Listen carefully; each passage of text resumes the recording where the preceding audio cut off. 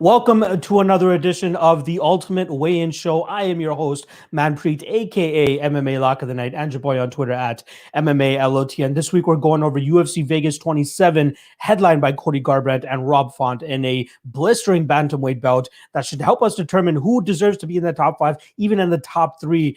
Big fight for Rob Font, big headliner spot for him, especially up against a former champion in Cody Garbrandt. So I can't wait to see how he does under that type of pressure and against such a high-level opponent like Cody Garbrandt. As you guys already know, Bellator is on in the background. That's something that we might be alluding to every now and then during the stream, but our main focus is going to be breaking down UFC Vegas 27 for you guys. So I'm hoping that you guys are strapped in and ready to go. And as always, I bring a great crew of guys to help me break it down every single week. It's a different crew every single week, but it's definitely a very solid crew every single week, and I'm very much looking forward to breaking it down with them. So first and foremost, let's bring in the A side of the crew here. We got my guy Craig Allen from the Fight Night Picks. Half of the Fight Night Picks we got, Craig. How's it going, my brother? It's going well. Listen, you talked about the Bellator. We got all kinds of hockey going on right now, so I'm excited about that. The Seattle Kraken next year, playoff hopeful. So yeah, no, I'm really looking forward to it. Thanks so much for having me. And this weekend's card is insane. Like you said, Font, Garbrandt. There's so many great matchups. There's so many things to be excited about. I can't wait for it. Absolutely. I can't wait. Eventually, I'll have your brother on and you guys will switch seats. And I'm looking forward to that aspect too. But I'm more than happy to have you on to kind of pop the cherry for the Fight Night Brothers on the Ultimate Weigh-In Show. Next up, we got my guy, Dave Millhouse. You guys know him from the Line Sniper HQ. And he has a bunch of other stuff as well. Dave, what's going on, my dude?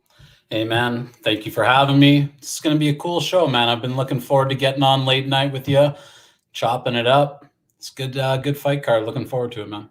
Hell yeah. We're kind of in reverse positions now, right? Usually you're the one hosting. I'm the one coming on Line Sniper HQ, but it's good to actually reverse the positions this time around and to have you be the analyst per se. All right, let's bring in the last guest here. We got my guy, Brian Peachtree from MMA Takes Podcast. What's going on, Brian? Hey, how's it going, guys? Listen, it's an honor to be here. Manpreet, you're the hardest working guy in MMA capping, maybe capping in general. Respect your hustle. Craig, YouTube star, him and his brother killed on YouTube. He was one of the first guys to ever kind of follow me, engage with me. Awesome, dude. Dave, I just started following you. You got 10,000 followers. I think you're doing okay. So welcome. I'm happy to be here. Let's talk some fights. Let's win some money. Let's get it. Hell yeah, dude. Brian is one of those guys that I was very much looking forward to bringing on this type of show to showcase the guys that probably aren't at the popularity level of most of the guys I've been bringing on. So I want to kind of give them the rub, give them the platform that they deserve. And I'm happy to actually have them on for this show. So Brian, appreciate you carving out the time to come on you, buddy. Show, I appreciate you. All right, like I said, we're breaking down UFC Vegas 27. We do have Bellator and LFA going on in the background. I'm sure you guys in the chat will be talking about it, so go buck wild, all you guys want to do. But again, our focus is going to be UFC Vegas 27, and let's not waste too much time here. Let's just get right into the card. The first fight of the night, we got Damir Ismagulov making his return after roughly a 2-year layoff, coming back now fighting Rafael Alves. Alves has the dubious honor of being the guy that never made it his UFC debut last time around because he missed weight by 11 motherfucking pounds. Now here he is going up a weight class once again and makes the weight without much issue. Gives us a little bit of a scare before hopping on the scales, trying to make it look like, oh, I don't know if I'm going to make it again. And this guy actually finally jumps on the scale and absolutely makes it, kind of dupes us all, luckily for him. But he is coming in as a plus 440 dog, minus 510 the return on Damir Ismagulov. And I'll kick things off here. Ismagulov is my dark horse in this lightweight division, man. And the only reason I say dark horse is because he just doesn't stay active enough. Another guy that I had in this position before at the same division was Mirbek Taisumov. The guy just didn't fight, right? He had all these visa issues and he just could never really get a fight. And then when he finally fought, you know, he ends up coming up short to Carlos Diego Ferreira, and then that balloon ends up bursting. I hope this is not a Carlos Diego Ferreira moment for Damir Ismagulov, as I believe it's a great stylistic matchup for him. Should go in there, implement his point fighting style, stay out of the big shots from his opponent. Pretty much style on him, let Rafael Alves whiff at air for the most part. And then we know Alves has a little bit of gas tank issues. And I think that Damir Ismagulov can take advantage of that later in this fight to the point of possibly finishing him. I'm not 100% sure. Ismagulov seems like one of those guys that goes out there and just tries to outpoint you and just beat you. Doesn't really care to be that flashy guy. Doesn't really care to have that highlight reel knockout or anything like that. but who knows what this 2-year layoff has done to him. Maybe he's like, fuck, I missed out on 2 years now. Let me try to make that up by having a really good performance here. Either way, I think that Ismagulov, you can throw him in a parlay if you want. I know minus 500 is chalky as fucking square as fuck, but I truly believe this guy has top 5 potential, if you want to call it that. And yeah, I think he sweeps Alves here pretty much 30-27 all around. 9 rounds that Damir Ismagulov has had inside the UFC, hasn't lost one. I will say this, though. If you are afraid about that rust possibly of Damir Ismagulov, I think round 1 for Alves is plus 1125. So that's not a bad hedge out opportunity if you're a little bit too heavily invested in Damir Ismagulov, like your boy is. But I'm taking Damir Ismagulov by decision. Craig, I'll let you take the reins on this one. How do you like this fight?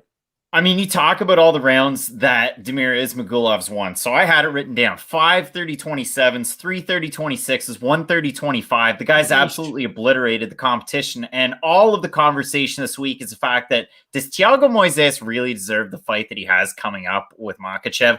I don't know. I mean, I like Thiago Moises a lot, and Damir Ismagulov likes him too because he beat him out of the water. And yeah, it was one of the closer fights that he's had in the UFC. And is Alex Georges, is he fighting very often? Have we really heard of him since that one time? No, and he's still a young guy. That's just how good Damir Ismagulov is. But like you mentioned, maybe you want to hedge it. Alves is one of those guys that you talk about it, whiffs at air, but he puts a lot into his shots. He throws a lot of weird stuff. He's one of those guys that Paul Felder would absolutely hate commentating a fight for, because before the fight, when he's getting introduced, he'll do the flips, he'll do the rolls. Like, he expends a ton of energy even before the fight started. I hate that. I like him as a fighter because he's creative. He hits really hard. He has a lot of great defensive submissions as well. And that might scare you if you like Ismagulov, but I do like Ismagulov. I don't have him in any type of parlays or anything. It's too chalky, like you said. But, man, the guy is a great fighter, and I can't wait for this fight. Amazing record, right? I believe he's 22-1 at this point in time. I believe he's on a 17-fight winning streak, which is absolutely amazing, especially going through that Russian MMA scene compared to the LFAs and the Alaska FCs. You know, you're getting a lot more stiff competition on that Russian MMA scene. Dave, how are you seeing this one? You see any value on the Rafael Alves side at all? Not really. I'm just like you guys here. I think he's got one round of danger in his hands.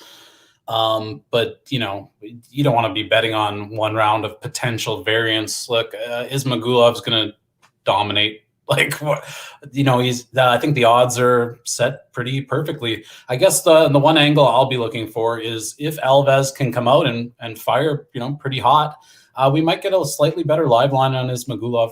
But otherwise, I got really nothing intelligent to say. It's lined appropriately and it's lined like a fucking slam dunk. So, alley-oop. I'm right there with you. I'll slam that for you. Blake Griffin it for you.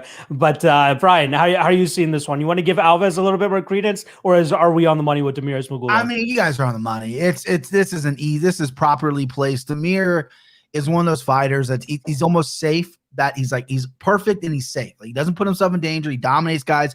He's beating really good guys. I mean, Thiago Moises isn't like a world beater.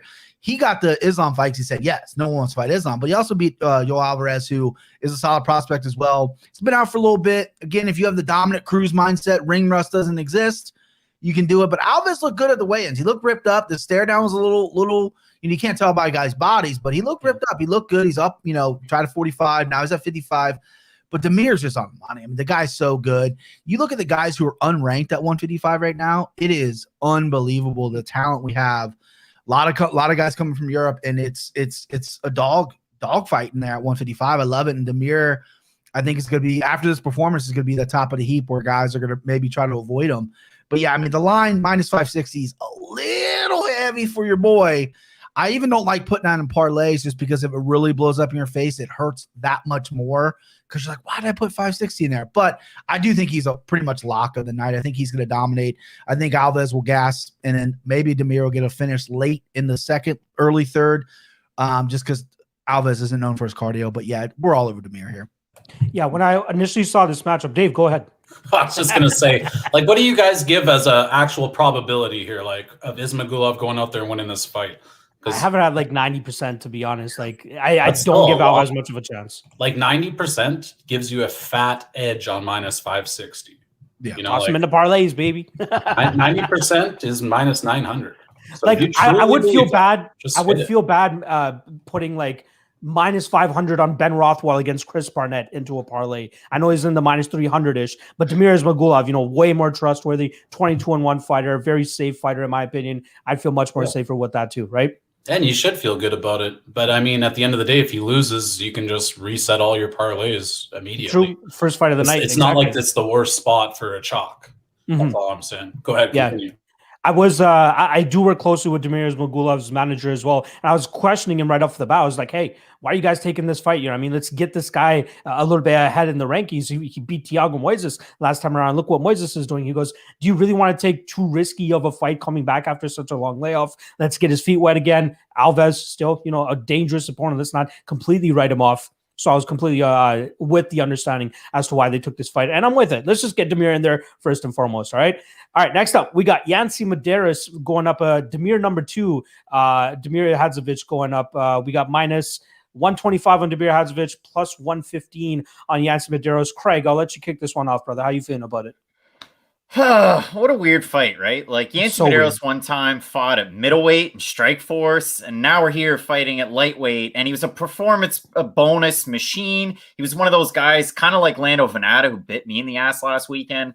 So I have a hard time. You look at Damir Hadzovic, the high tie stance. He's a good striker. His grappling is there. It exists. It's a thing that we see sometimes. But you look at the fight against Moicano. Like, Moicano's a great fighter, right? But you look at how that happened. I'm going to lock the body. I'm going to trip takedown. I end up in his guard.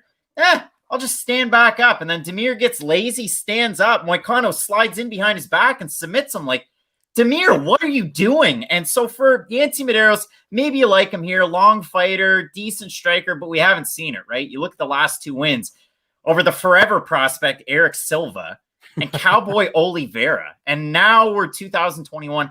I've got Damir Hadzovic in this one. I mean, this is a guy that's finished Mersh and held in the past. I have Hadzovic, but, it is a tricky fight.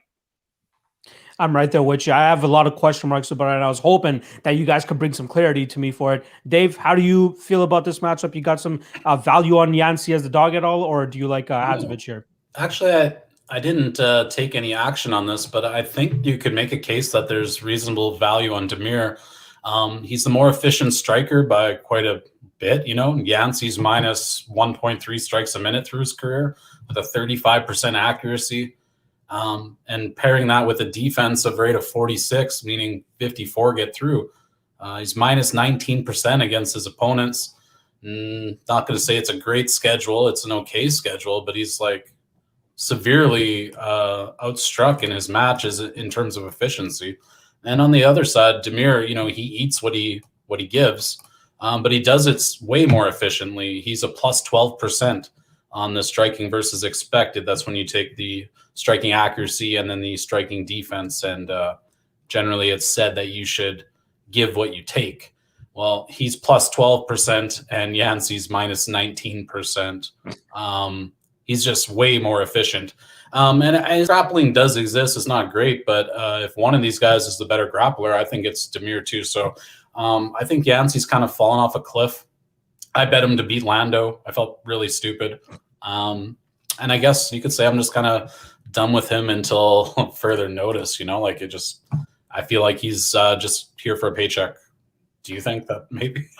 Honestly, I'm the same way, though. I was kind of surprised that he was still under contract and he even got another fight. It seems like forever since the last time we saw him fight, which was February of last year, if I'm not mistaken. Brian, you giving any more credence to our guy, Yancy Medeiros, or do you think Damir Hadzovic has this in the bag? This was the hardest fight for me to pick because I do think Yancy has good chokes. I don't think his takedowns are great, but he does have submissions on his record. Damir obviously is struggling in that area. But it came down to the wars Yancy's been in. He's chinny a little bit. He's only been knocked out only a handful of times, but he gets hurt in every fight. He's got that heart. He comes back. He battles back. I think if he gets hurt against Damir, who got kind of embarrassed his last fight, I mean, he stood there with Moicano. Was like, hey, why didn't we fight longer? It's like, he got choked out in 40 seconds. It's not his fault that he choked you out, but this guy's hungry. He's looking for a win, and I like his skills a little bit better, and I like his chin a little better as well. I see a lot of cappers liking Yancy at that plus number. I can't blame them.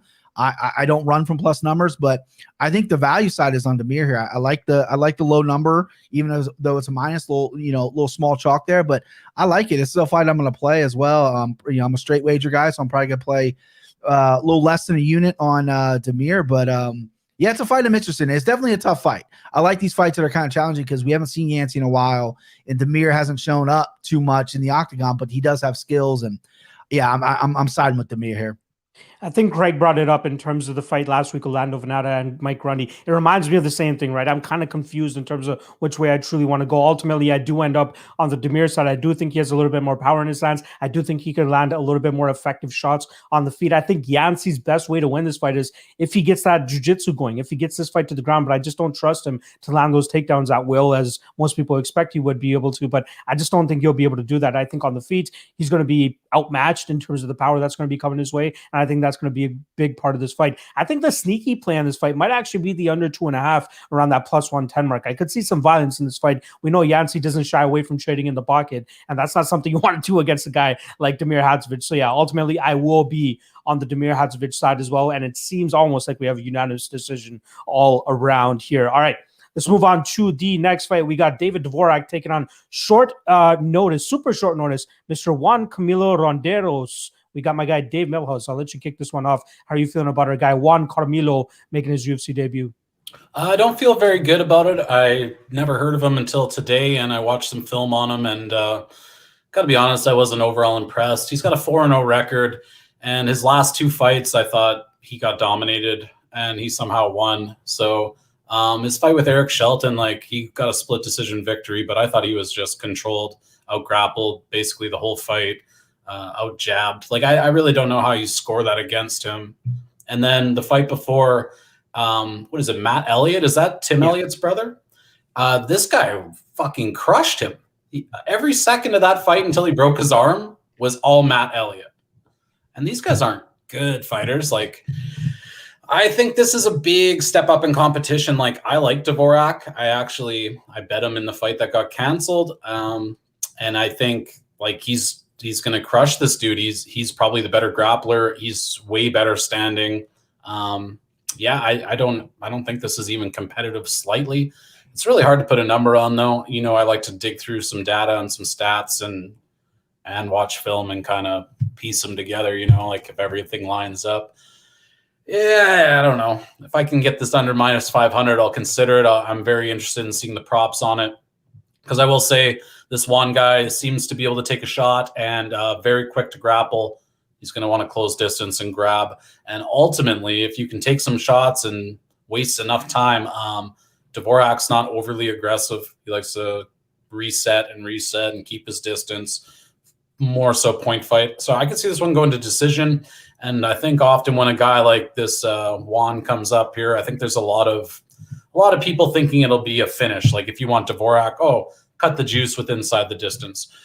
In my opinion, I think this has a reasonable chance of going the distance. So I'm interested in seeing the lines they put up. But nothing yet. Minus 550, 500 is just, I'll wait it out.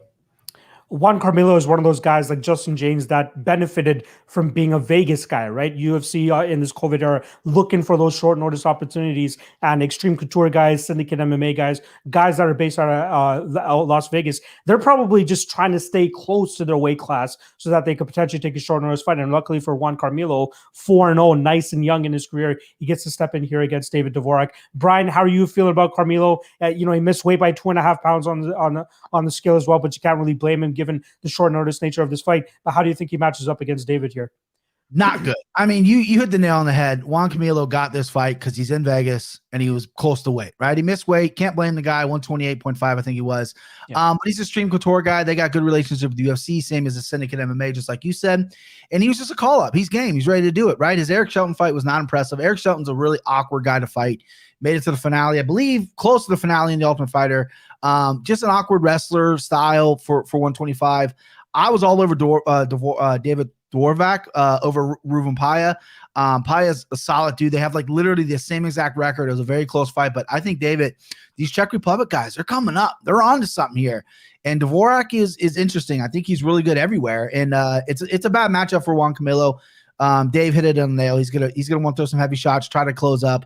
But that's just not going to be enough for Dvorak. I mean, we got to question the cardio as well, taking the fight on literally 24 hours notice, if you want to call it that. Don't know how much the weight cut was. If you couldn't make weight, it might have been brutal on him. But and only 4 fights in too. 4 fights is just not a lot against a guy who's 19-3, who at 125, it's a little thin there. He could be fighting for the title in 2 fights. I mean, with the way things are shaking out. So I'm heavy on Dvorak here. I don't know if I'm gonna bet him because he is high, but I mean, it's almost a guarantee. Like Dave broke it down with the numbers. Like if we're 90% sure he should be minus 900, if he's 500, might take a stab at him. Might open up the old wallet and really lay some chalk. But yeah, I think this is a slam dunk. I think Dvorak he's very good. I've been high on him for a little bit. I feel bad. Everybody that I've been speaking to this whole week, they're like, I'm on Dvorak. I'm on Dvorak against Holly and Paiva. I'm like, I'm the only guy on Paiva here. What am I not seeing? But just like Ismagulov, I thought that Paiva was a dark horse in this 125-pound division, and I would have loved to see him actually go out there and compete. Full transparency, I told the guys before the broadcast, I haven't actually even looked into Juancarmilo in terms of tape. I've kind of just looked at the record. I wiki-capped him, if that's what you guys want to call him. 4-0 record, like these guys were talking about. 9-0 on the amateur scene, too, which shouldn't be something that you guys look over. That is definitely something that you guys should definitely pay attention to.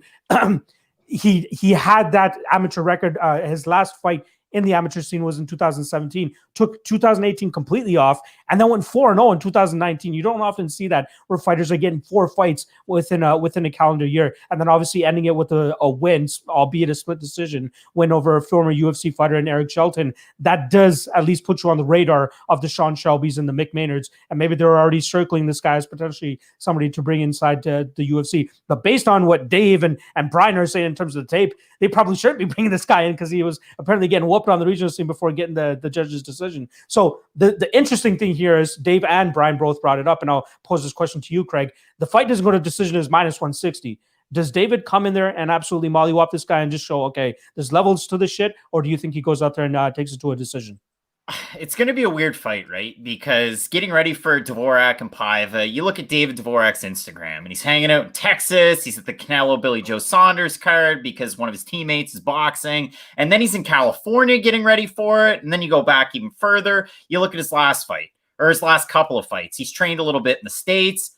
So then you go to Ronderos' Instagram 35 weeks ago. There's a picture of him and David Dvorak training at Extreme Couture. I feel like it's going to be a really weird fight. And yeah, are they going to play touch butt in the park? Probably not. But it's going to be a competitive one.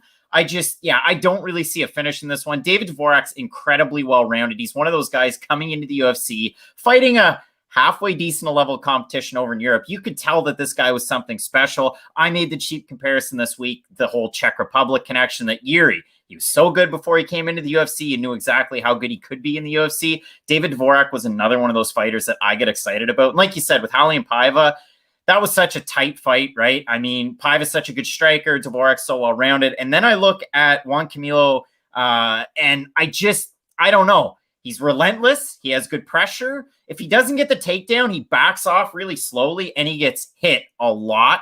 And when he does get the takedown, he's all right. Like he's a good fighter, but a 4-0 guy taking on a very complete martial artist in Dvorak. I've got Dvorak. Like it was said earlier, again, where the line's at right now, is there some value? Maybe if you like it to go the distance, for sure. But yeah, I've got Dvorak all day.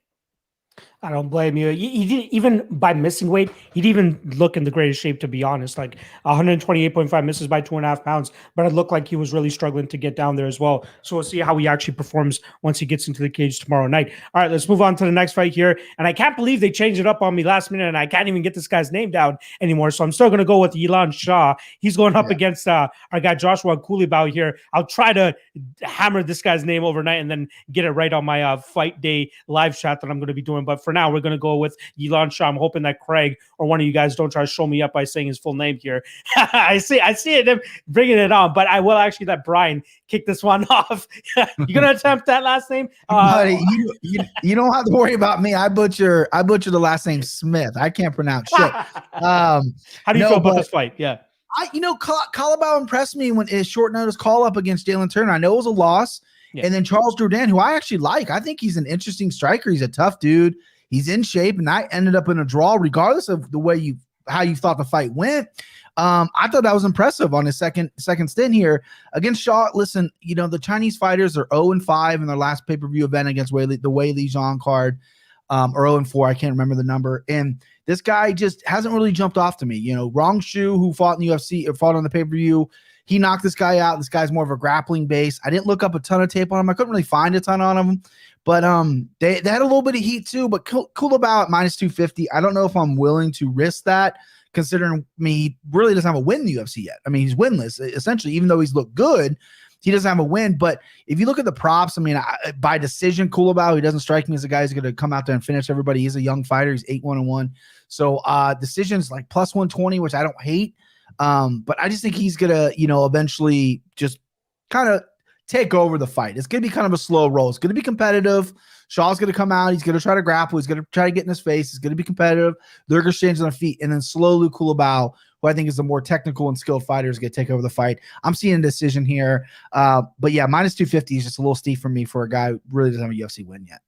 Yeah, I find it hilarious when you get those scenarios where it's like +200 in his prior 2 fights, and then he comes into his next fight against a UFC debutant as the -250 chalk now. Yeah. And I'm not saying it's not justified or anything like that, but I will say this: I think the line on the Jourdain fight, and you can definitely say it in hindsight, that line was a little bit too wide to begin with. And I'm a huge Charles Jourdain guy. Like, I've been following this guy since his amateur scene. I'm like, I know the guy's talented, but we're getting a little bit far too ahead of ourselves in regards to like his win over Doo Ho Choi. After he knocked out Choi, he went on this skyrocket ship where he's just like, okay, he's going to be the next big thing. But I'm saying pump the brakes, and we were quick to see that afterwards when he was having a tough time in his next fights.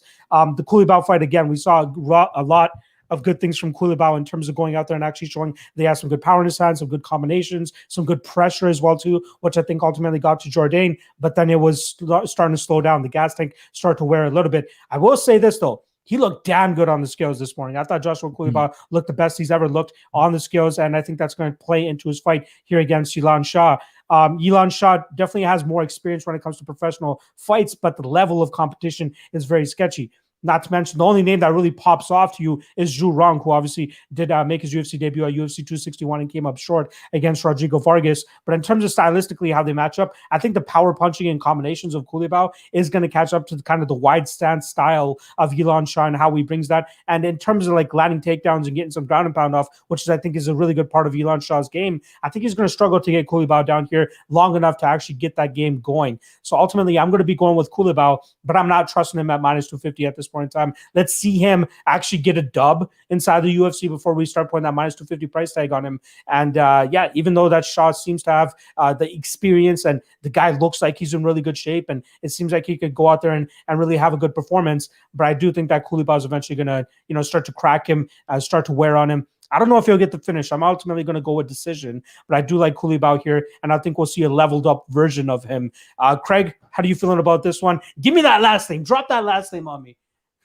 So Shayilan Nordambeki. So for Shayilan, if you like, this is a notice to everybody. I'm not being a dink, and I hate to steal the thunder, but if you take the characters from Tapology, you put them on Google, you get a lot of sketchy Chinese websites that you've never seen before. Oh, yeah. Click on them. Start clicking on them, and you'll find those videos. And I watched the Ju Cheng King promotion, which was the promotion he was with for his last 2 fights. And it's really good. It's great. Like, it's a really good production value. And for Shah Yilan, you look at the way this guy fights, his striking's not quite there. Like you said, he's got that really wide base. He kind of creeps his way in, gets into the clinch, gets a takedown, gets in guard, and then stacks. And you look at the way that his opponents are up against the fence, and I sit there, and again, in hindsight, I yell at my computer, why can't you just stand up? Like, this guy's not really applying a ton of pressure. Just stand up. But he's fighting guys that are 2-5, and you can't really hold it against them. So to me, I mean, I've got a whole page on this one. I'm not going to slight the PI in Shanghai. All I have to say is, yeah, this guy has an extensive record. It might not be against the greatest level competition. For Culibao, like you said, the line in terms of his fight with Jourdain, I kind of understood it because he looks so poor against Jaleel Willis. You don't really know how much he can take into effect some hex fights. So I looked at that one. All right, it is what it is. Honest to goodness, went back and watched that fight. I thought Culibao won it.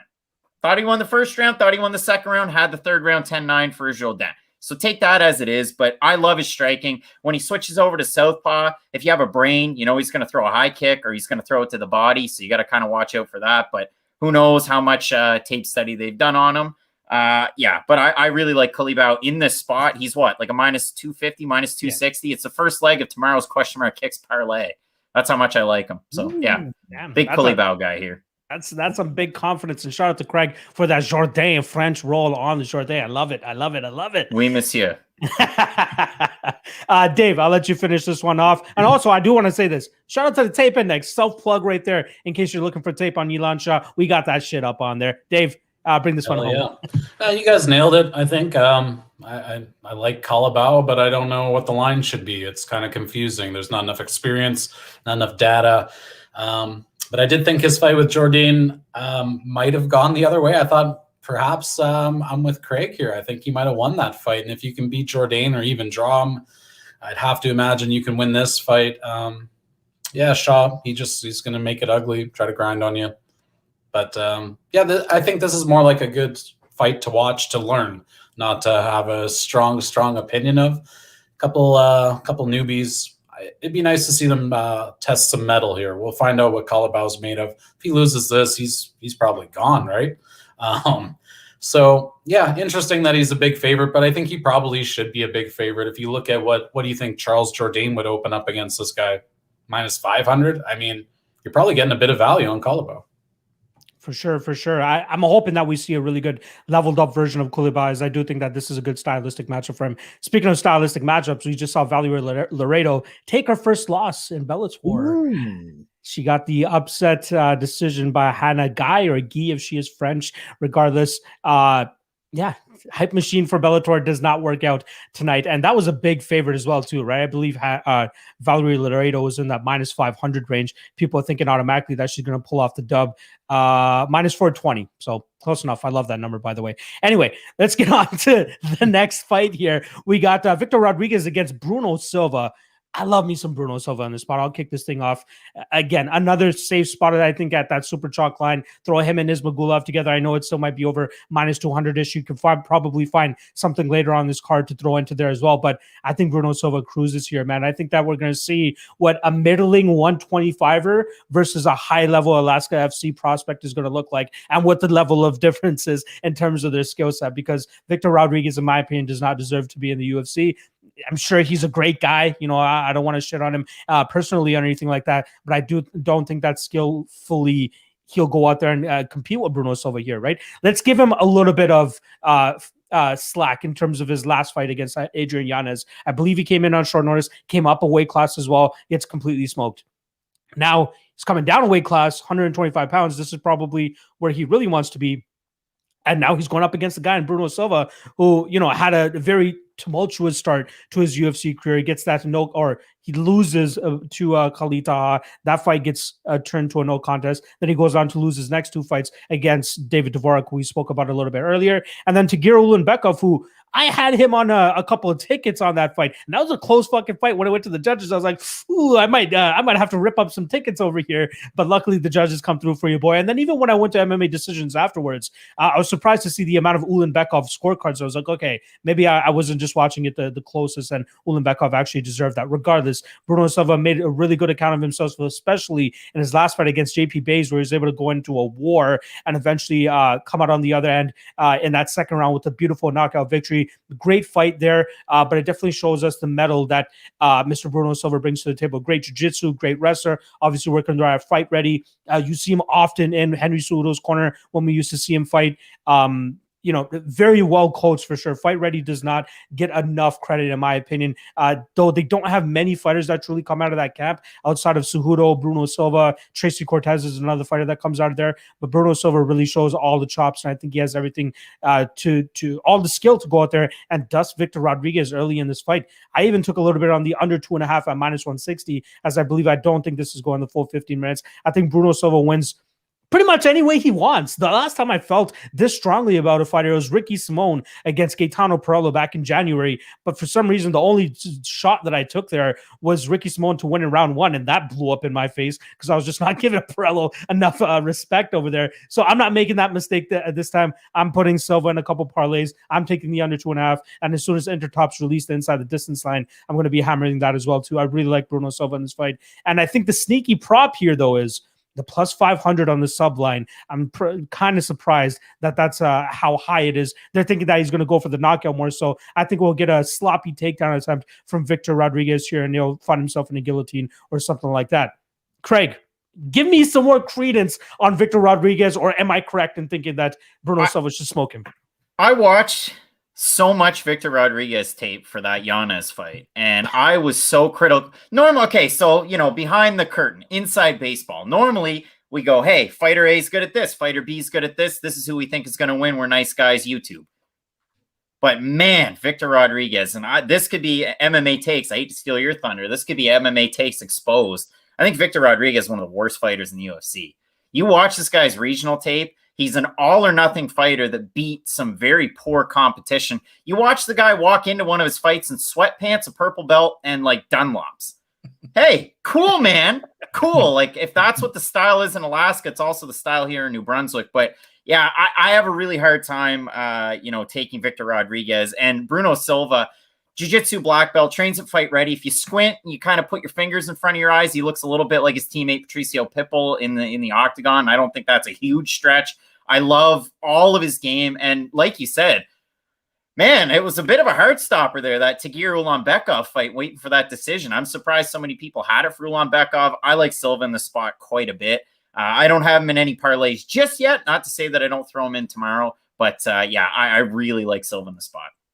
There's a few guys that are made their way through the UFC that I was just like, I'm probably going to fade them in every single fight. Cyril Asker, if you guys remember Cyril Asker from back in the day, that's one guy that I would always want to go out there and fade. And Victor Rodriguez has definitely added his name to that list. And I expect Bruno Silva to do some work this weekend. Dave, how are you feeling about Victor Rodriguez and Bruno Silva here? I'm just like an echo chamber. You guys nailed it. I don't think it's going to be very competitive. So yeah, I'm gonna look more into Bruno Silva. Hopefully, get a little bit of beer money action. But if the line wants to come down a touch, then maybe it's hammer time. Yeah, I think you guys nailed it. There's really just not much to say in this one. He's much better everywhere. If you see that line come down at all, I'd be very freaking surprised. Whoever is putting their hard-earned money on Victor Rodriguez needs to get a little bit of a checkup. Brian, you putting money on Rodriguez? Should I be eyeing you up right now, or do you like Bruno Silva here?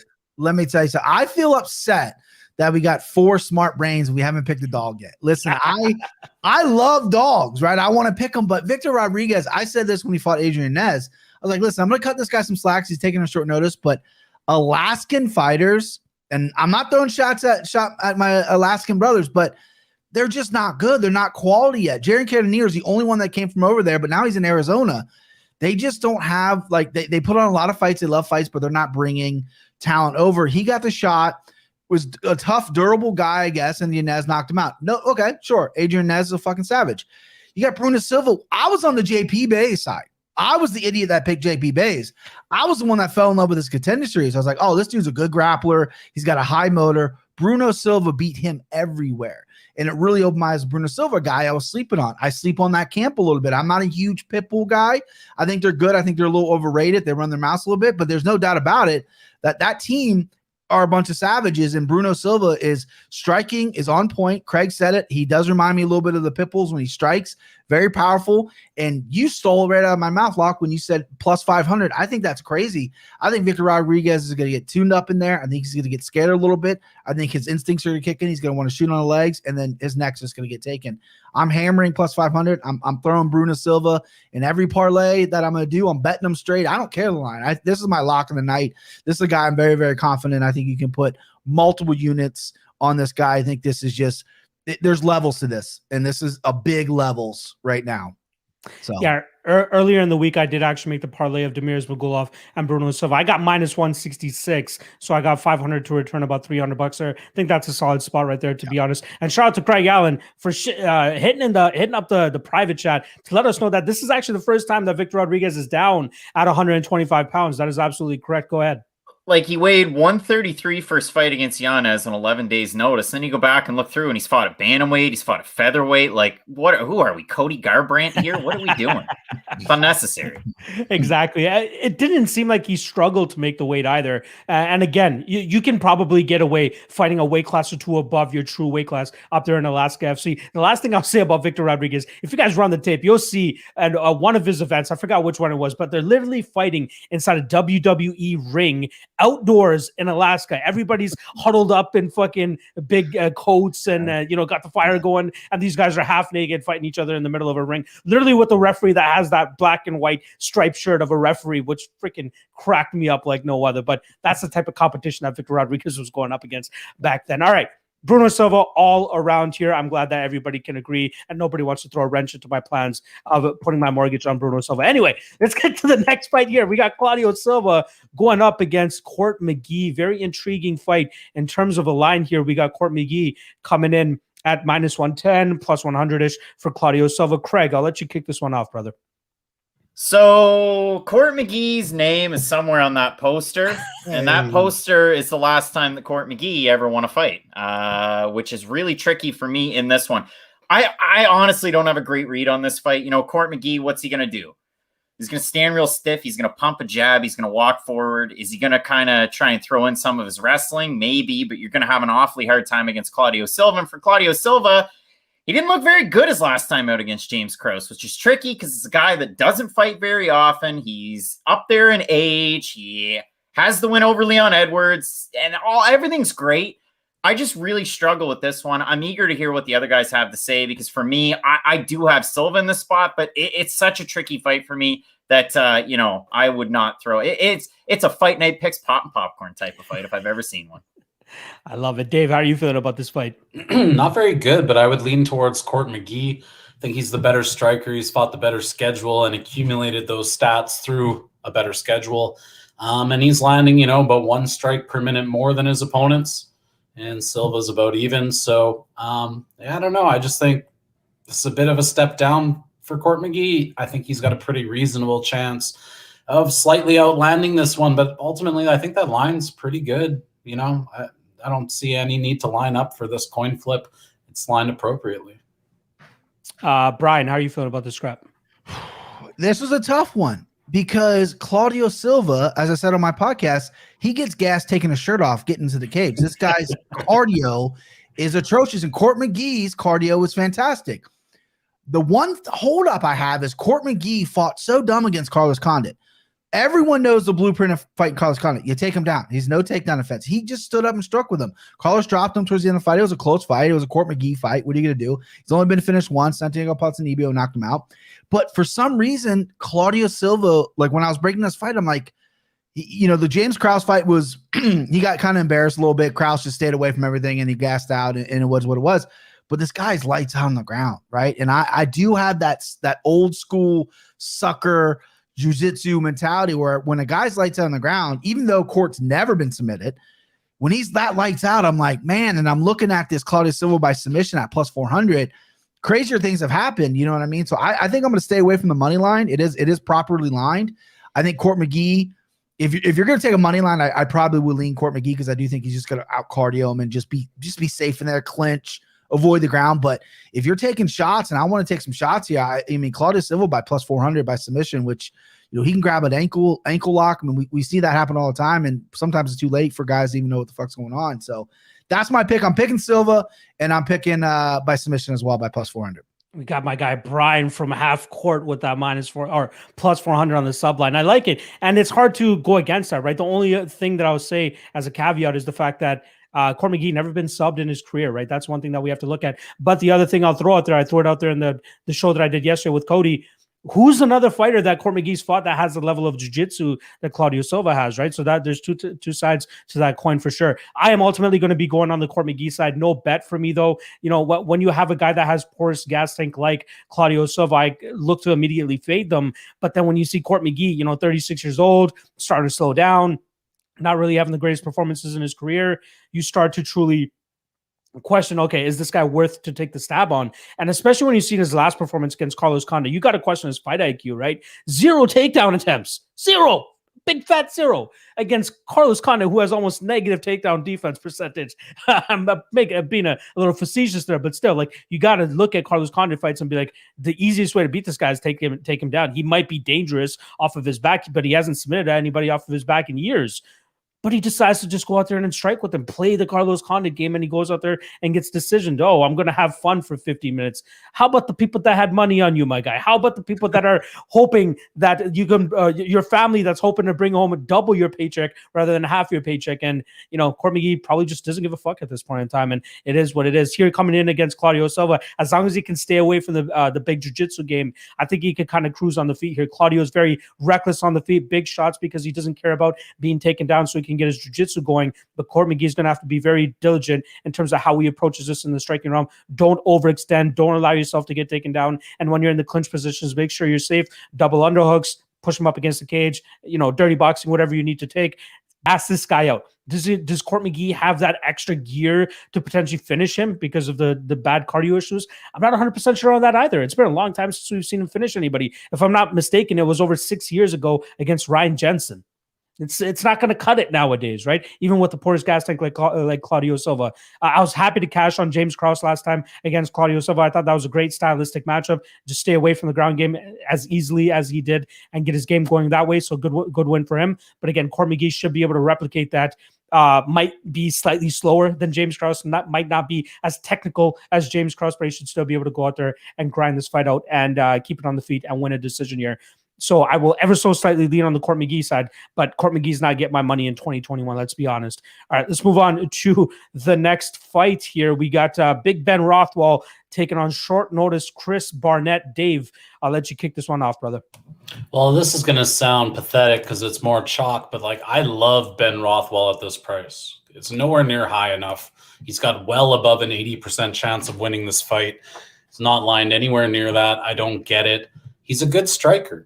He's fought some good heavyweights, and when you fight good heavyweights, you don't necessarily look as good, right?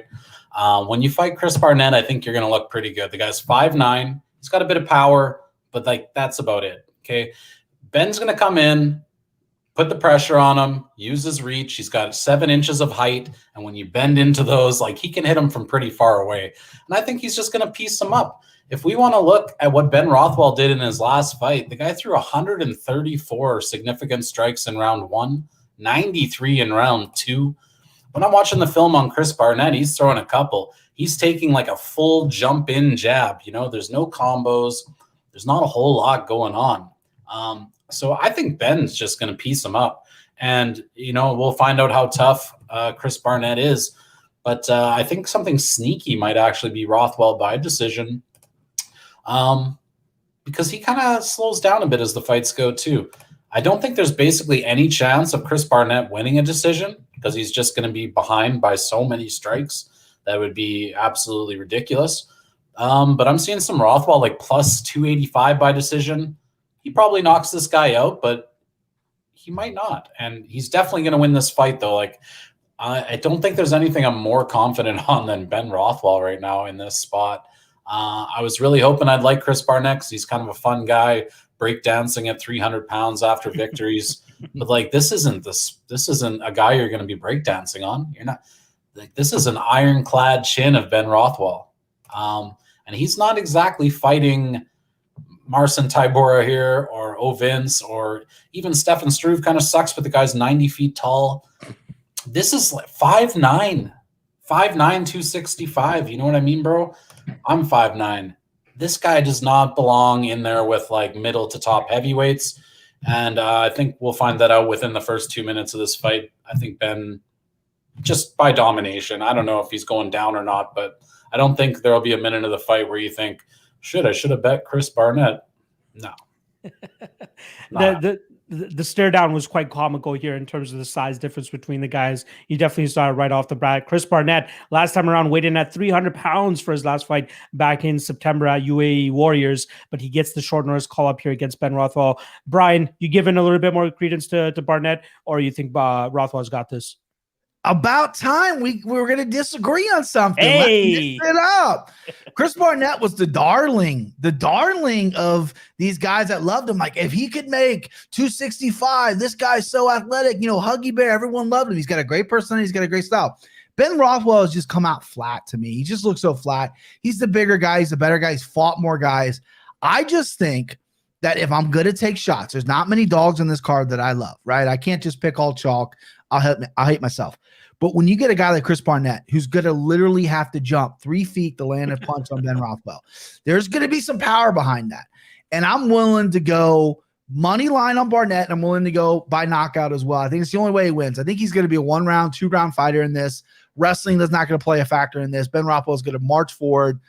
He's going to keeps his head really far back, which is going to be impossible to hit. But Chris Barnett's a guy that, like, I don't know. Like, I was intrigued by him million years ago. He knocked out Travis Wolff, and everyone's like, "Oh, this dude's like legit." Every like really hardcore MMA fan, they fall in love with guys over in Japan. They're like, if this guy can make it over here, they can make weight. He's legit. But you give me 250, or what is he? He was at 250 when I did the podcast. What is he currently? Sorry, 250 on DK on DraftKings. I don't know. Yeah, okay. 315. 315. Okay. So I like that even more. I know it's crazy. I legitimately don't like a lot of other spots here, and I got to take some shots. I'm not going to play it safe. And this is a fight that I think Barnett, if he doesn't get outclassed in that first round, and if he can land some shots, hope and a prayer will get him. But let's mix it up. I'm going against him. I love that Dave's so confident in Ben Rothwell. I'm going to go Barnett. Let's go. Let's mix it up. Let's do it. All right. Unfortunately, I cannot agree with you, Brian. I got to go with Ben Rothwell here. But with that said, minus 310, minus 350 on Rothwell is a little bit too crazy. I'm not going to trust Rothwell at this age, at 2021, to go out there and beat a guy like Chris Barnett at a minus 300, minus 350 clip, right? Let's be honest about that. I think that's a little bit too crazy. The one thing I will point out about Chris Barnett's last fight, he actually took on Ollie Thompson trainer, who was 0-0 at the time. He was scheduled to fight Ollie Thompson that night, and then in steps Ahmed Shehu. I don't want to butcher his name there, but 0-0, and they dust him within a minute of that fight. Like that, it was a complete mismatch right off the bat, just based on experience alone, right? You got 20-6, Chris Barnett coming in against short notice cornerman 0-0 guy Ahmed there. So good win for Barnett there to at least get that 3-fight winning streak going on, or 4-fight winning streak, I believe. But you guys nailed it on the head in terms of like the level of experience and the guys that he's fought on the regional scene. But losing to a guy like Alex Nicholson, who's like a career middleweight, not a really good look for a guy like Chris Barnett. Obviously, much earlier in his career, he's fighting guys like Ollie Thompson, Travis Wolff, like you had mentioned. Walt Harris has a win over Walt Harris back in 2010. So that's probably like one of his best wins, 2011, I should say. But the way that he styles up with Big Ben Rothwell here, I think he needs to knock him out to win. And we haven't seen Ben Rothwell get knocked out in years now. It seems like he has an ironclad chin at this point in time, like Dave Miller also talked about. And it's just his volume that concerns me. Big Ben Rothwell, he seems a little bit too gun shy at times, especially in this point in time. I believe it was after the Stefan Struve fight where he like repeatedly pieced him up down under, and then eventually said, okay, now that I'm down around, I need to hustle and get the finish. And that's exactly what he did. And he goes, maybe I should always fight like I'm down 1 point. But then you see his next 2 fights and he doesn't do it. So what are you learning from these fights, dude? And it wasn't a good look for Ben Rothwell either, getting pieced up by Stefan Struve at range, a guy who notoriously doesn't know how to use his range. So Ben Rothwell, in my opinion, has been on a decline for a long time now. Getting those wins over OSP and getting that win over Stefan Struve was a little bit of a gift. But I still do think he wins here against Barnett, because I don't think that Barnett brings much to the table in terms of winning a decision. I don't think he brings enough to the table in terms of knocking out Ben Rothwell, and I don't even think he submits him either. I've seen a couple of takes throughout the week that Ben Rothwell by submission is not a bad look, and I kind of agree with them, right? Rothwell has a very underrated submission game, plus 625 now is what it sits at. 10-finger choke, 5-finger choke, whatever the hell it is, I'd be right there. I wouldn't mind that. So I'm on Ben Rothwell here, not trusting him at the minus 300, not really going to throw him into any crazy parlays or anything like that, but I do think he gets his hand raised. Craig, I'll let you finish this matchup off. How are you feeling about it, this one? Do we want to have fun or do we want to get serious? Because I like Ben Rothwell's submission game, but there are a lot of defensive submissions, so Barnett's got to press the action, try and get the takedown. I don't see that happening. If you look at Chris Barnett and the way that the UFC's marketed him in the last couple of days, it's the Jean Vellante effect. This guy's maybe not the best fighter, but he's a lot of fun, so we're just going to show him breakdancing. Jean Vellante, They never talk about his fighting when he goes out to fight. This guy played football at Hofstra. He's a great time. He's on Looking for a Fight. You guys should go follow him on socials. And then he fights, and it's like, oh, boy, yeah, this guy. So for Chris Barnett, it's fun to look through the record and see the 2020 that he could have had. He was supposed to fight Marcelo Gome, Ollie Thompson, Bigfoot Silva, Jack May, Brett Martin this year. And none of them happened. And he fought an 0-0 guy at super heavyweight his last time out. That's cool. And then he had a kickboxing fight before that. And then he beat Tony Lopez, who hasn't fought Tony Lopez at heavyweight in kickboxing, let alone MMA. So, yeah, I mean, for Chris Barnett, he's a ton of fun. He has a really good gas tank for a guy that, you know, kind of similar to like a Rafael Alves, expends a lot of it where he just doesn't need to. But if I look at Chris Barnett and the first thing I type in is from 2014, a Bleacher Report article that says, this is the next heavyweight you need to see. And we're 7 years later, I don't have him beating Ben Rothwell. I don't like Ben Rothwell 2020, 2019, let alone 2021, because he's kind of inconsistent. But yeah, I got to go with Ben Rothwell on the spot. I like it. I like it. Again, price is a little bit too crazy for my liking, but I kind of understand it once you run the tape a little bit. All right, let's move on to the next fight here. We got my guy. Actually, this is the main card now. So shout out. We are finally made it to the main card. And just to remind you guys, it is a 7 p.m. Eastern start time for the main card. So don't get caught napping when these fights are going down. All right. First and foremost, we got Jack Hermansson going up against Edmen Shahbazyan. This fight was scheduled to go down last week, I believe it was. It gets pushed because somebody from Jack Hermansson's team tests positive for COVID, and they get pushed to this fight here. Brian, I'll actually let you kick this one off. Who you got, Jack or Edmen? Man, I want Edmen to win. I want some new blood at 85. 85 to me, you know, they lost Joel Romero. A lot of guys are getting kind of recycled. I want some new blood. Shahbazyan was supposed to be it. Then he met Derek Brunson. Derek Brunson's like, no, you're not it. Gas tank obviously was an issue in the Darren Stewart fight as well. Seems like if he doesn't get guys out of there quick, it's going to be a problem. Hopefully, he learned his lesson against Brunson, has kind of fixed that. Hermansson coming off the Marvin Vettori fight where he got beat up a little bit. Looked okay, looked durable, but he played around on the feet too much. I think this guy's bread and butter is getting to the ground, getting on top, ground and pounding. I think he has some of the best top pressure and ground and pound in MMA. He's that good, and I really love his chokes. He's got really slick guillotines, Darces. He heel hooked Kevin Gastelum. I'm on Hermansson here. I'm taking Hermansson, and I like it by finish. I like him to either win by TK or by submission. Again, I'm rooting for Shahbazyan. I mean, I don't like his head coach. I think he needs to kind of switch camps up a little bit. I think it's going to be a little stale there for a while. Great boxing. Going to be a dangerous first round because Hermansson has proven that he can get rocked a little bit. He has a little bit of a chin issue. He battles back, but he can get clipped. But I just think he's too dangerous on the ground. I just don't think Shahbazyan has fixed enough cardio. He's a very young guy. And I'm gonna take Jack Hermansson here, and I like props. I like props heavy on this fight. I usually don't bet heavy props, but I think I'm gonna do a little bit more in sprinkling. I think Jack Hermansson's gonna get it done and get him out of there. Now, I was one of the few guys that was on Derek Brunson in that last fight against Edmen Shahbazyan, and I don't know why I'm not on Jack Hermansson here. I actually feel like I'm on I'm definitely on the Edmen Shahbazyan side here, as I do believe his striking will kind of differentiate him with Jack Hermansson, who I don't think is the most comfortable on the feet, which is weird to say, especially with Derek Brunson, who doesn't look the most comfortable on the feet, but he did a good enough job in terms of staying safe in that fight, clinching up when he needed to, and then eventually getting the takedowns when he needed to, and started grinding out Edmen Shahbazyan en route to that third round finish. Shout out Herb Dean for letting me cash that third round prop, because that fight probably should have been stopped in that second round. Let's be honest. Appreciate you. Yeah. Why'd you? I thought you knew something I didn't know. You went like this. I thought Herb Dean died. I was like, wait, what's going on? But he's somewhere looking up. He's somewhere. Okay, He's somewhere. Fair enough. Shout out Herb Dean. But yeah, in terms of how these guys match up, I think Edmen Shahbazyan has much better striking, much better power. I think he's faster on the feet, great combinations, good footwork. But the question mark is always his cardio, which is ultimately why I'm not going to be taking a shot on him straight here, as I do think that his cardio will be the detriment to the rest of his career if he's not able to shore that up.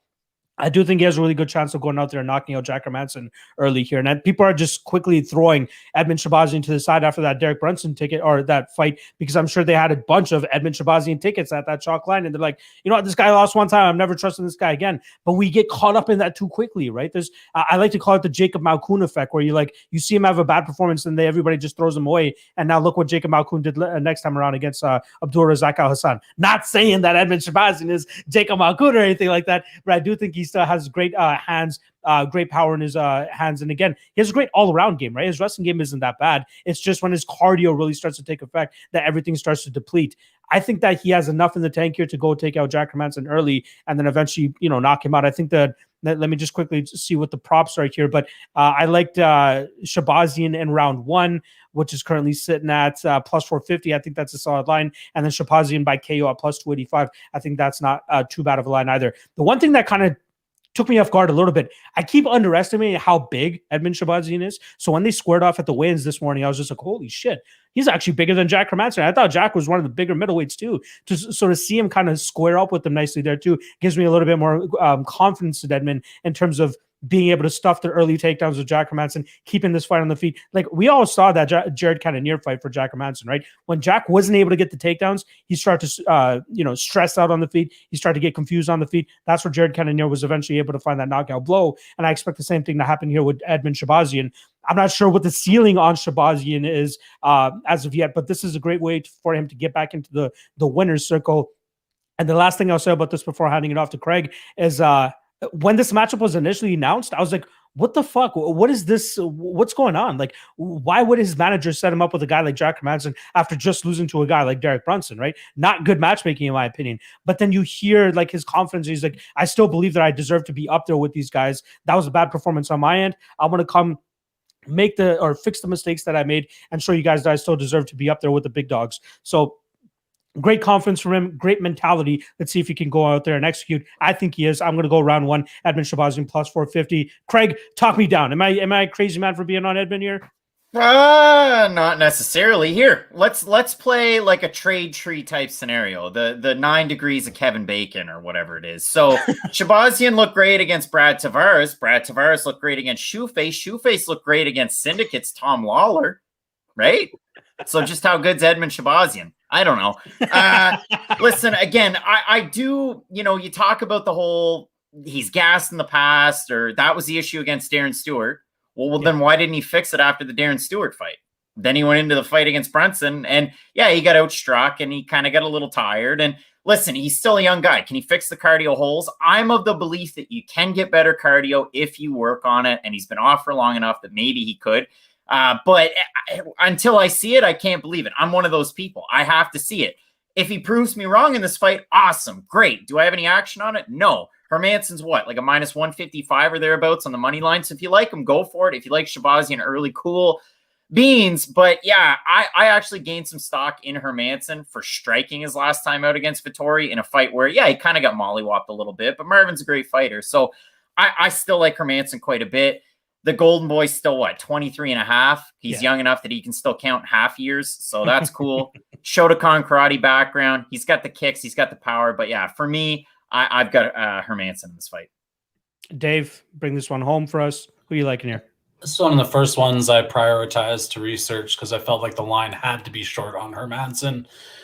Man, I didn't like it as much after eating the film. I think Edmen's got these hands that are a little underrated. They have some heat on them. He does gas himself out, and ultimately, by the time I was done this film sesh, I was thinking the under 2.5 is pretty live. Oh, yeah. There's going to be some exchanges, and this can get to the ground, and if it gets to the ground, I think we know what happens, or at least can happen. But while it's on the feet, it's going to be sweaty. When they're on the ground, it's going to be sweaty. I don't know. That over under 2.5 is on some books, 1.5 on some books. I don't know if you can find a book with 2.5 and decent juice. I guess the best available right now is like minus 170 on that under. I think that's probably the best look. But it would not surprise me to see either of these guys win inside the distance. Just straight up. I think there's enough power in Shahbazyan's hands, and Hermansson is almost being disrespected here with the bump down in competition and a low line. It feels low, but maybe it's not, like I said, by the time I was done the film, I didn't like it anymore. But yeah, under 2.5, even the under 1.5 with some dog money. I think it's live. I think this is going to be some chaos. It'll be a good fight. Yeah, this is one of the fights I was actually looking at for even prize picks for anybody that takes out or checks out prize picks. The under 10 minutes on this fight is something that I was very much looking forward to. And even another prop for you guys, fight won't start round 3, -145. I think that's a very solid spot as well. All right, let's move on to the next fight here. We got Bill Algeo going up against Ricardo Ramos. I believe we're right back to me in terms of breaking this fight down. Another spot like the Holly and Paiva and David Dvorak fight where I felt like I was on an island here. I'm on Ricardo Ramos as well, not as a bet this time around, as I do feel like there are a couple other underdogs that I trust a little bit more. But I think this is we kind of talked about in the Edmen Shahbazyan fight. People are just automatically throwing Ricardo Ramos to the side now after he was seen as this bustling prospect coming into the UFC. The kid's only 25 years old, right? Let's cut the kid some slack. Very poor fight IQ moments in that Lerone Murphy fight, throwing those weird side kicks to the shin. Not sure what he was trying to do there. Score points, damage. I don't know what he was doing, but regardless, it was completely pointless. And then even his urgency off of his back and eating those freaking haymakers from Lerone Murphy to eventually put him out. Not a good look from him there either, but I still feel like the guy has a lot to give here.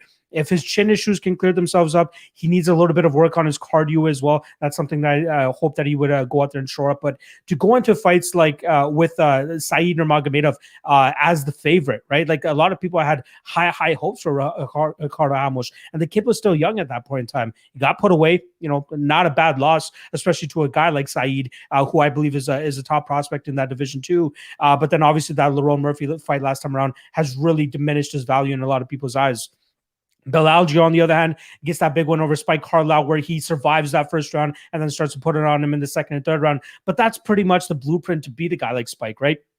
It's the blueprint to beat a guy like Abdul Razak Al Hassan as well. It's the same thing. Survive that first round, you can get the second and third round in the bag. You get the judge's decision, or you finish them late if that's something that you're able to do. However, I think Ramos here has the technical abilities to be the crisper striker. I think he has better leg kicks. I think he has better striking, to be honest. I think he's a great jiu-jitsu player. Algeo, black belt himself too, and don't get me wrong, but I think that Ramos might have him beat on the ground if his cardio isn't completely zapped at the point in time that this fight ends up hitting the ground. But I do trust Ricardo Ramos to at least get those first 2 rounds and then run away with it. Or actually, Algeo will probably end up getting the third round and we'll still get Ricardo Ramos winning at 29-28. But close fight. Again, I completely understand why the line is where it's at, right? I believe the last time I looked at it, we had -120 for Bill Algeo. It's starting to slightly come down, but very, very close fight. I think Algeo might be slightly being overrated by most people due to his win over Spike Carlisle. But we need to rein that back. We know what Spike Carlisle brings to the table. He can be Billy Quarantillo, showed us the blueprint, and then Bill Algeo showed us the blueprint after. This is a completely different monster in Ricardo Ramos, and not to mention the guy spending time over there at Team Alpha Male now to really, round out his game. Hopefully, work on that cardio a little bit better. Hopefully, be fight IQ ready a little bit more than he was in his last fight. But I do think he'll land the better strikes on the feet. I think he'll be a little bit more well-rounded in his MMA game and take home a decision victory over Bill Algeo, as long as 1, his chin isn't completely shot, and 2, his cardio doesn't completely fall off a cliff after that 2-round mark. Craig, how are you feeling about this fight, brother? Remember when Ricardo Ramos fought in like my American backyard on Looking for a Fight in Maine? NEF? How crazy is that? It's been years. I love those shows. I go to every single one of them, and it's the cat's pajamas. But in a fight like this, Bill Algeo to me was kind of like Josh Culibao when he fought Charles Jourdain. Yeah, man, I thought he looked all right against Ricardo Lamas until like the last round where it didn't go really his way. So for me, he gained a lot of stock in that fight. He gained even more stock in the fight against Carlisle. You look at it, he's one of those guys. What is he fighting out of Algeo's gym? I always kind of question that when you're fighting out of your own gym. It kind of scares me off a little bit. You either have tons of self-confidence or you're a master and you're like Joe Lozon. But I do like Bill Algeo in the spot. Much bigger fighter than Ramos. I kind of worry about the gas tank. Like you said, he's one of those guys that'll just keep going to the well. And sometimes, like when he fought Zahabi, it works out great. Just keep throwing that spinning back elbow. But yeah, in the fight against Murphy, it really didn't. And some of those holes I kind of worry about. I really like the point that you made. It was a point that I had written down, the Team Alpha Male connection. There were or are a lot of alpha male fighters on this card. But yeah, I still like the man himself, Bill Algeo, and I won't fray from that. I had him, a couple of months ago when they were supposed to fight, a month ago, whatever it was. And I still have him in the spot too. Another guy that was training at Team Alpha Male in preparation for this card was Mr. Halian Paiva, who doesn't actually get to show his skills tomorrow night. It doesn't make the scales this morning, but hopefully Ricardo Ramos makes Team Alpha Male proud. Dave, how are you feeling about this matchup? You are muted. There we go. Here, let me put on my glasses. I'm going to have to say something smarter. Oh, God. All right. Ramos, I think, is the right side here. He's a little bit more fluid. He's got nice footwork. He moves around the octagon nice. He's got good kicks. And I think he's got the better wrestling. He's scoring himself 2 takedowns every 15 minutes. He's doing with a 56% accuracy. Mr. Bill there, he's only in the 60s for his takedown defense. So if you really want him down, you want to chain wrestle or make a game plan of it, you can take him down. That's for sure. But yeah, it's going to be a really close fight. I think, Ricardo Ramos, I always called him Ramos, but whatever. I'll give him a little bit of an accent this time. I think this guy's got the higher ceiling. Like you said, he's young. He does some stupid stuff in there. I don't know what that dance move leg kick thing he throws is behind his lead leg. Honestly, I kind of hope he gets his head knocked off doing that one day, because it'll be a gift that I recycle for the next decade. But I just think he's higher ceiling, a little bit more fluid. It's going to be close in the strikes. I know Bill likes to bring the volume, but that opens you up to receiving more volume. So ultimately, yeah, I think this will be a higher output fight than most of the Ramos fights. But yeah, if I had gun to head, I'd be picking him. And in fact, when this was booked earlier, I did pick him, and I bet on him by decision. That got canceled, and now you could say I guess I have cold feet. I like it. Brian, how are you feeling about this matchup? I love Algeo in this spot. I do. Philly tough. I was impressed. He took the fight against Ricardo Ramos on short notice. Took that third round. Obviously, we saw it, but on the Ultimate Fighter, the Contender Series fought Brendan Longening and came up a little short. Was a little just outpointed in that. And then obviously Spike Carlo, which I don't read too much into it. I think Spike's kind of a one-round fighter. He's not in the UFC anymore. He did what he was supposed to do, but this guy's just got the grit. I agree with Dave. I think Ramos is the more talented fighter, but this is one of those situations where I think the toughness of Algeo, the fact that he's not going to take a step backwards, and we've seen Ramos kind of fold a little bit under some pressure. He doesn't really have that super grit yet. I mean, Sahabi fight was the only one where he dug deep, bloody fight through that elbow. Other than that, he's been kind of chipped away at and he's got to put away a little early. And I'm all over Algeo here. I've been seeing Algeo being the star of MMA Twitter this week. Everyone's on Algeo, and I am too. I just think he's just going to keep a pace. I like it by decision. Algeo doesn't have the best knockouts in the world. He could grab a submission or something, but I think the right play here is Algeo by decision. And if you want to play the overs too as well, I think by decisions at a plus number on DK right now. But yeah, I think Algeo is a great spot here. I mean, Ramos, it's one of those things where MMA is so beautiful and crazy that the more talented fighter doesn't always win. It's the guy that has that grit, toughness that's going to come forward. And I think that's Algeo. I think, he's training in Philly with Sean Brady, cross trains with Paul Felder a little bit. He's got some good partners.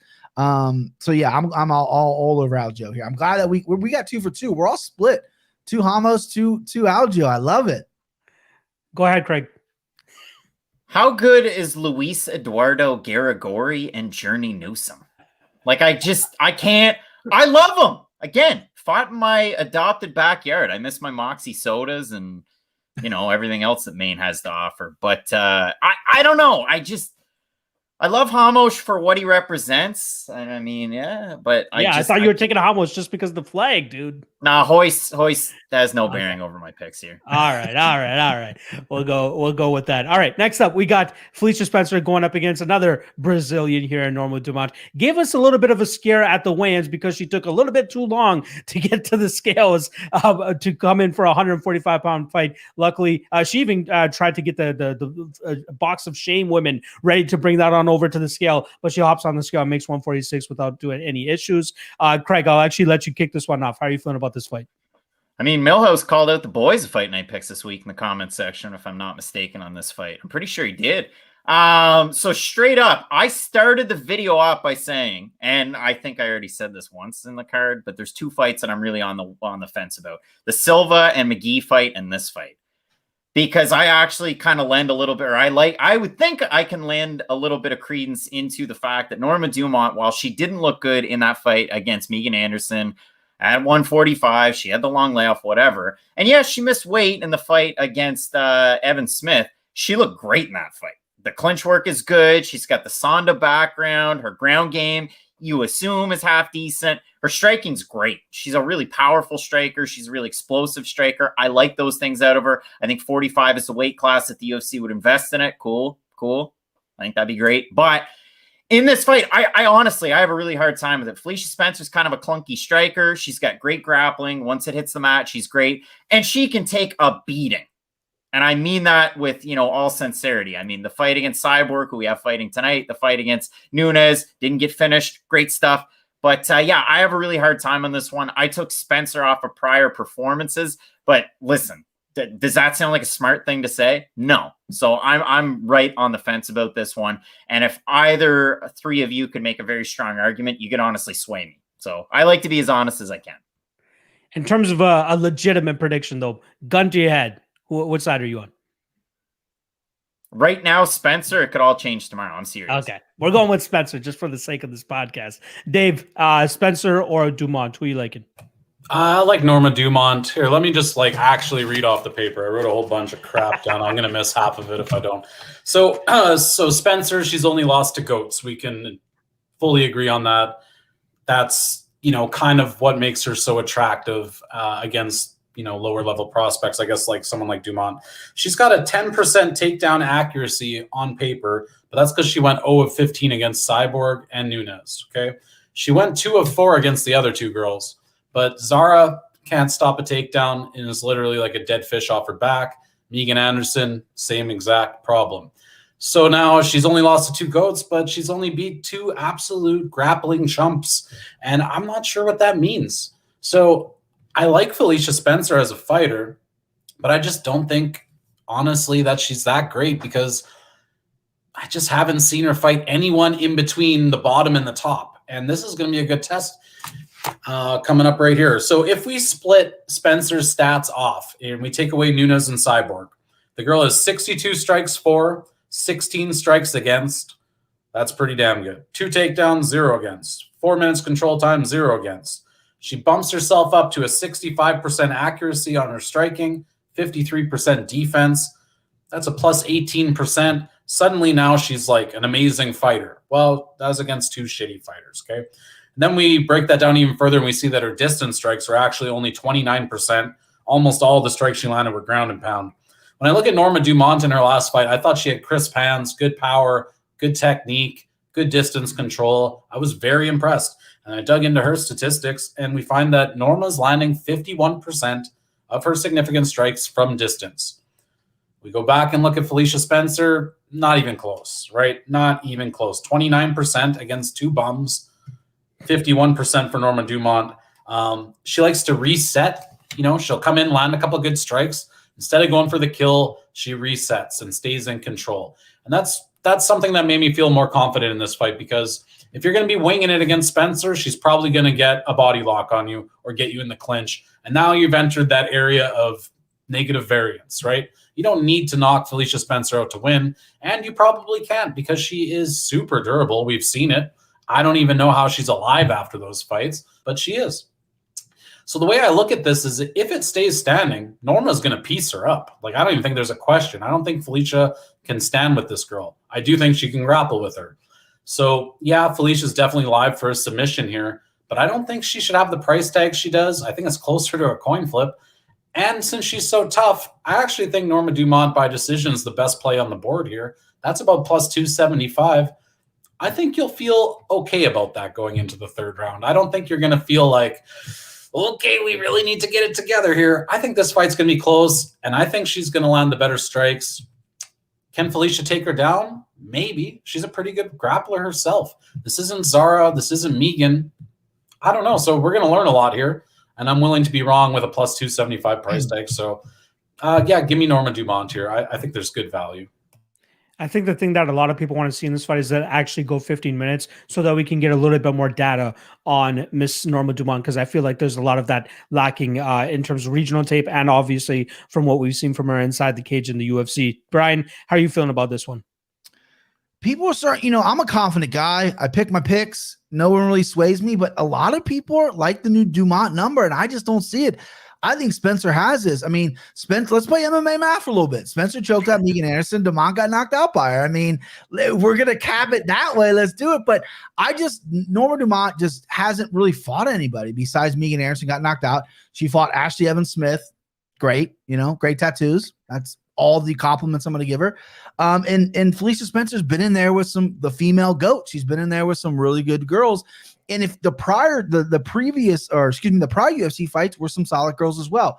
She is struggling with her striking. Obviously, it's very slow. It's very plodding. Her main objective in this fight is get the fight to the ground, get on top, and pound away. She's been able to do that because she's a lot bigger than a lot of these girls. But Dumont's a good-sized girl from 145. It's a good weight class for her. So I think it's going to be challenging for her to do that. But I like Spencer in this fight. It's a fight I'm going to bet as well. I don't know if I'm going to touch props. I really don't really have a read on how this fight's going to go. It's going to be either a really close fight. It's going to go to decision. It's going to be kind of a bowl of spaghetti type deal, or Spencer's going to get a finish. I think the only one's going to finish is Spencer, just because she's been in there with two of the best and got her fucking head caved in and didn't quit.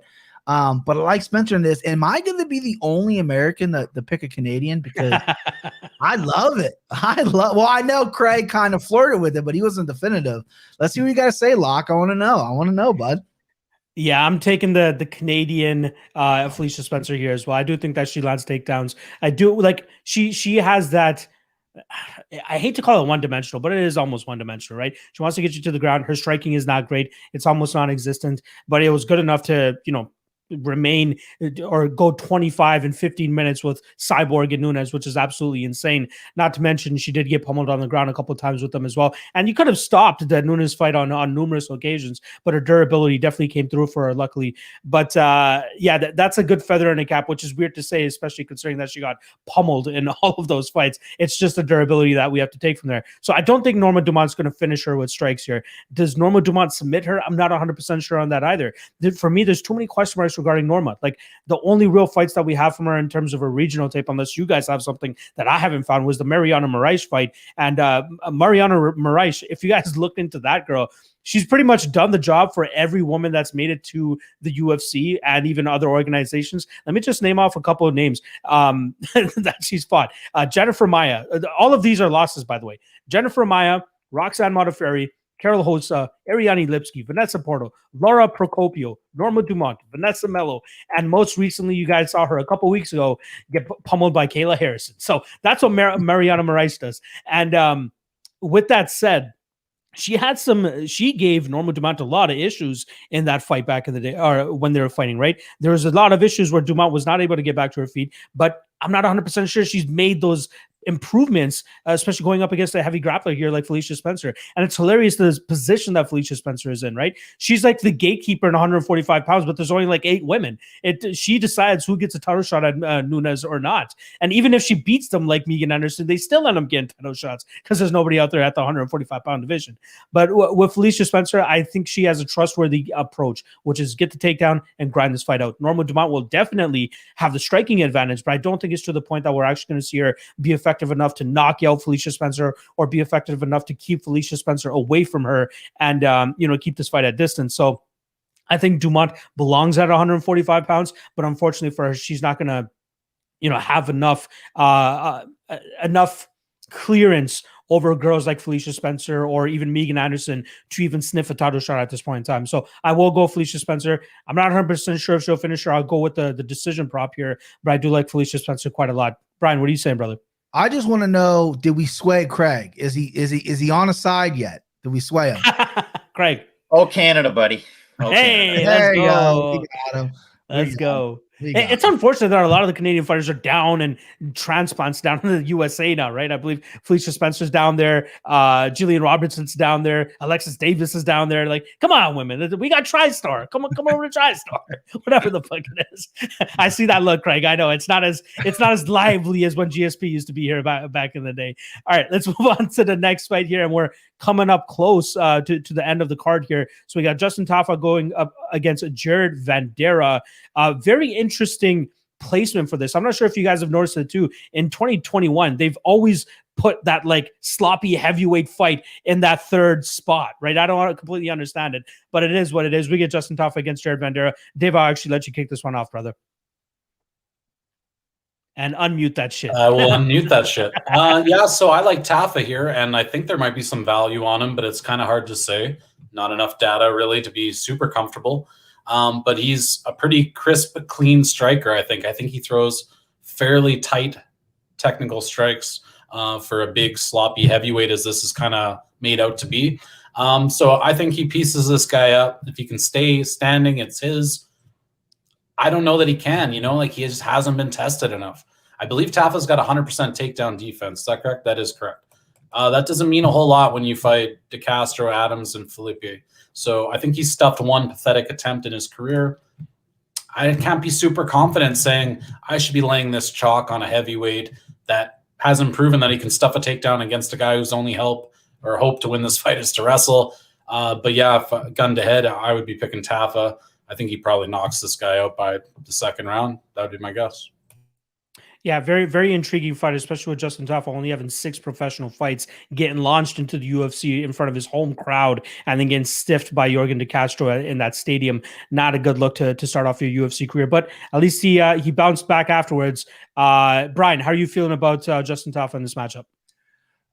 I hate this fight. I hate the fight. I hate the placement. It's just, Vanderdeer or Vander, however say it, he called out Sergey Spivak on the Contender Series. He's a goofy guy. He's got some personality, and then gets just smoked by him. I can't believe he's showing his face again. Nothing wrong with Sergey Spivak, but when you make such a call out, like you're that confident, like, dude, you better fucking show up. He like quit in that fight. Tafa's a guy who I basically killed after Yorgan De Castro knocked him out. I think that was like Yorgan De Castro's like only UFC win. Yeah. Slept them. He looked really good in the Felipe fight. I felt like you can tell that he was a 5-fight fighter in that fight. Like he fought really stupid. Carlos Felipe has gotten skated by in some really close fights in his UFC career. And I thought Tafa really could win that if he really just stepped it on, but that's just kind of maybe the experience coming on. I think he's a guy that's proven to be pretty tough. He rebounded against Juan Adams, who at the time was just a kind of ground and pound, take you down type of dude. And he knocked him out in the first round, TKO'd him. Jared Vanderaa, what I saw in the Contender Series was a guy that wants to get you down, wants to Donkey Kong punch you.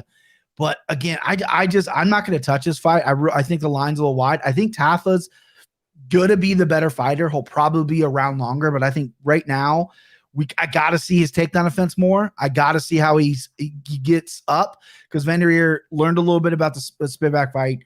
I feel like he's going to want to take him down, pound him out.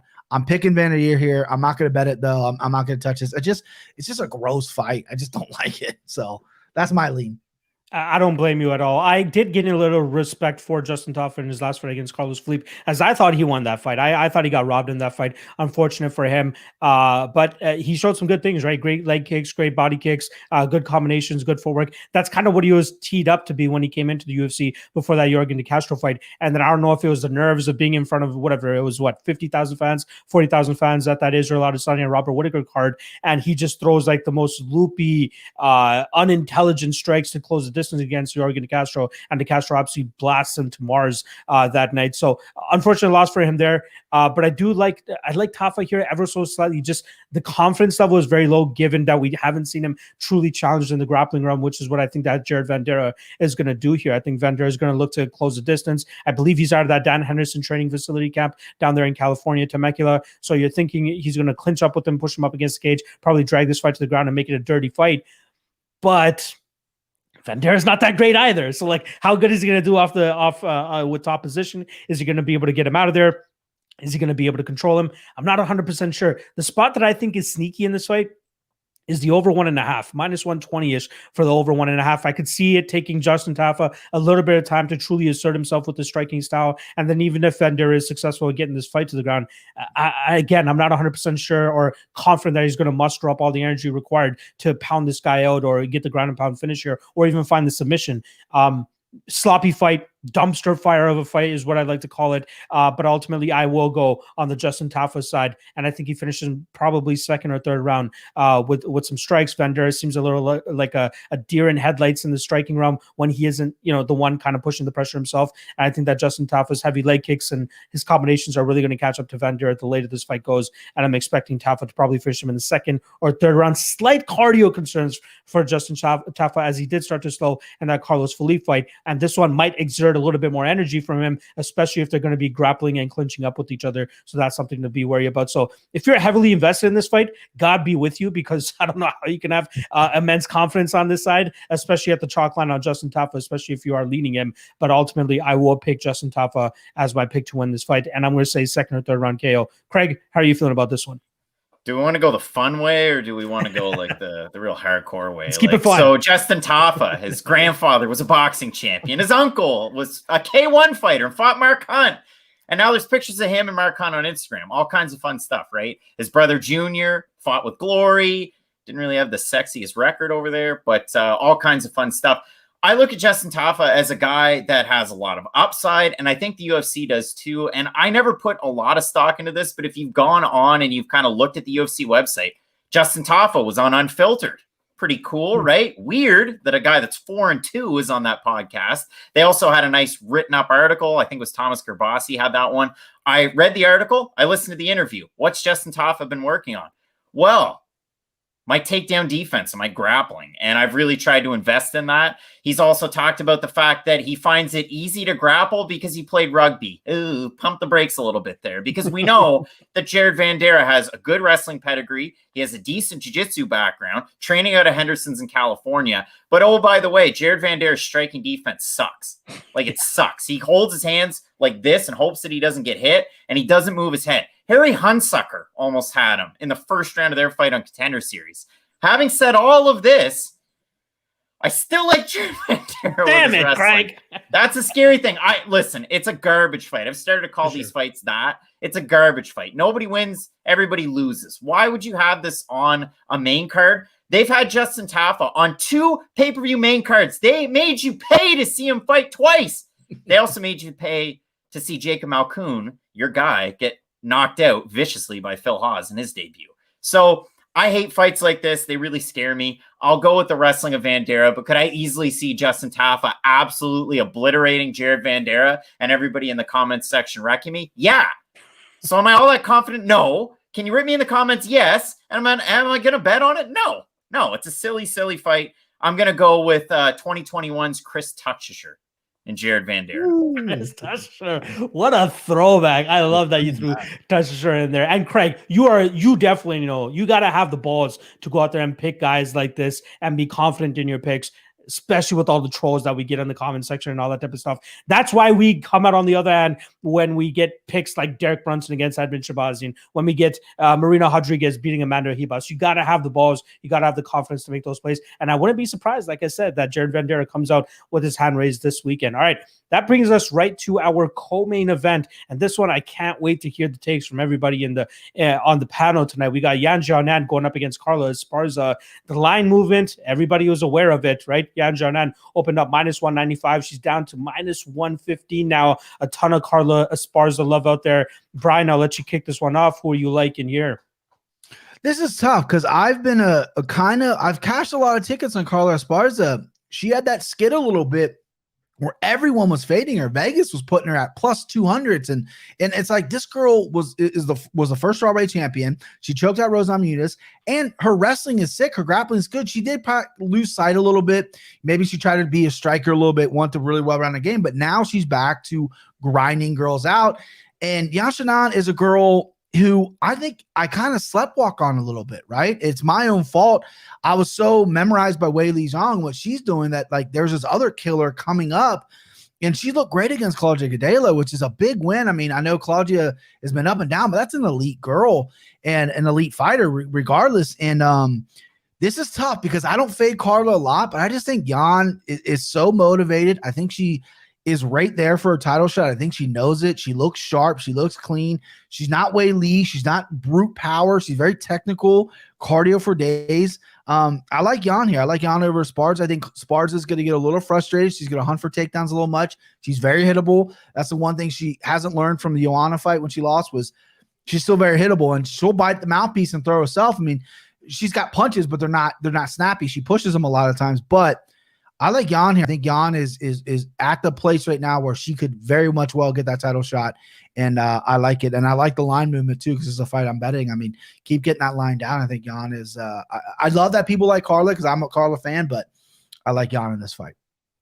Yeah, Yan was definitely one of the people that are on my radar, especially after UFC debut against, I believe it was Viviane Pereira. But I thought she had a high upside. I was really looking forward to some China on China violence between her and Weili Zhang, and that was a fight that I hope we get to see still in the future, even with Zhang losing the title a couple weeks ago. But I ultimately do side with Carla Esparza here. She's one of the dogs that I'm a little bit more comfortable with on this card. I will say, just as Brian said, Carla's been a little bit of a money train for me as well. I cashed on her at plus 158 against Marina Rodriguez back in July of last year.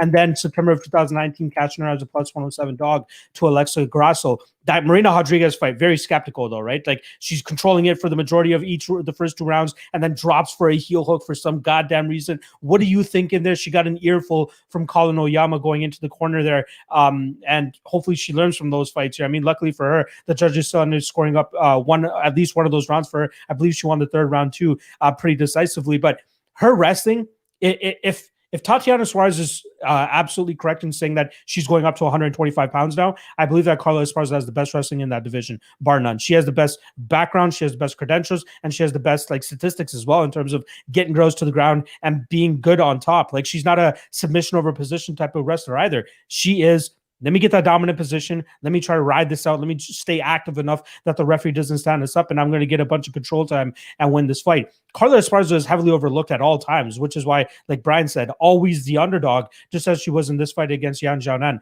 Now, if Yan had a little bit more power and a little bit more zest on her shots, I'd be a little bit more, scared for the Carla Esparza bettors like myself. But she's shown a lot of improvements since the Joanna Jędrzejczyk fight when she lost her title. Excuse me. But, she's taken a beating. She's still coming forward. I think the only person to finish her as of late was Tatiana Suarez, but can you really blame her? Tatiana Suarez is the uncrowned champ, in my opinion. That nobody's going to beat that girl. But Carla Esparza comes close in terms of being as dominant with that wrestling and getting opponents to the ground and grinding them out. The Yan Xiaonan fight with Claudia Gadelha last time around showed me all that I need to know. She still can stop takedowns. She can work at Team Alpha Male all she wants. It's not going to help you wrestling to the effect of stopping takedowns from Carla Esparza. And even though Claudia wasn't able to get the takedowns later in the fight, we know what the rap is on Claudia, right? After that first round and a half or so, everything starts to taper off and she's not as effective with it. Whereas Carla Esparza, we know she can go 15 minutes. We know she can go 25 minutes if she needs to in terms of grapple fucking you and getting you to the ground and getting that top control. And that's exactly what I'm expecting here.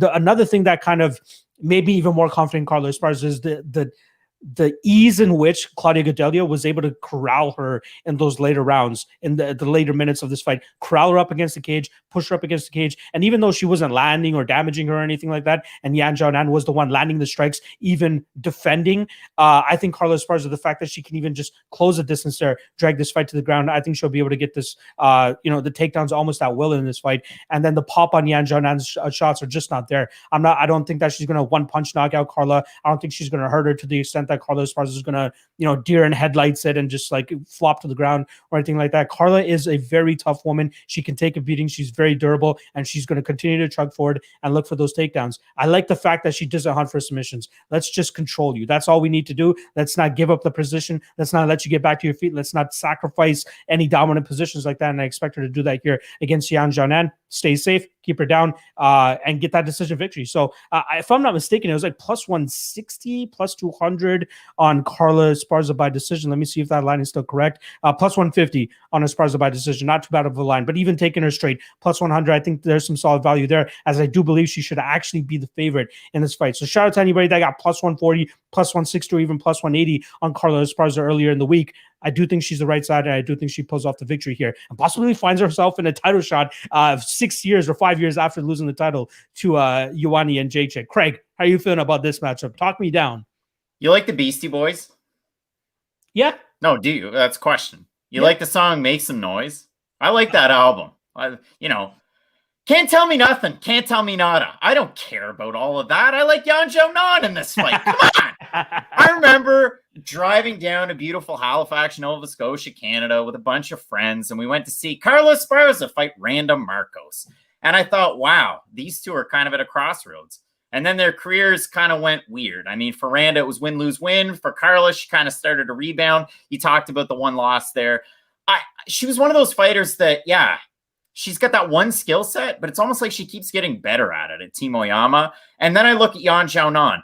And listen, I don't go too hot and heavy into the numbers unless I have a little bit of a period where they fought. If it's 1 or 2 fights in the UFC, okay. For Yan Xiaonan, she's been around enough. 75% takedown defense, I like it. You look at it for Esparza, she only got 2 of 10. But like you said, she can kind of wane as the fight goes on. I thought Esparza beat Gedalia when they fought in Chicago. And I know the fans booed at the time, so they were kind of in agreement. But I look at this fight, Yan Xiaonan, if she can strike from distance. You look at Carlos Esparza, kind of like a Court McGee.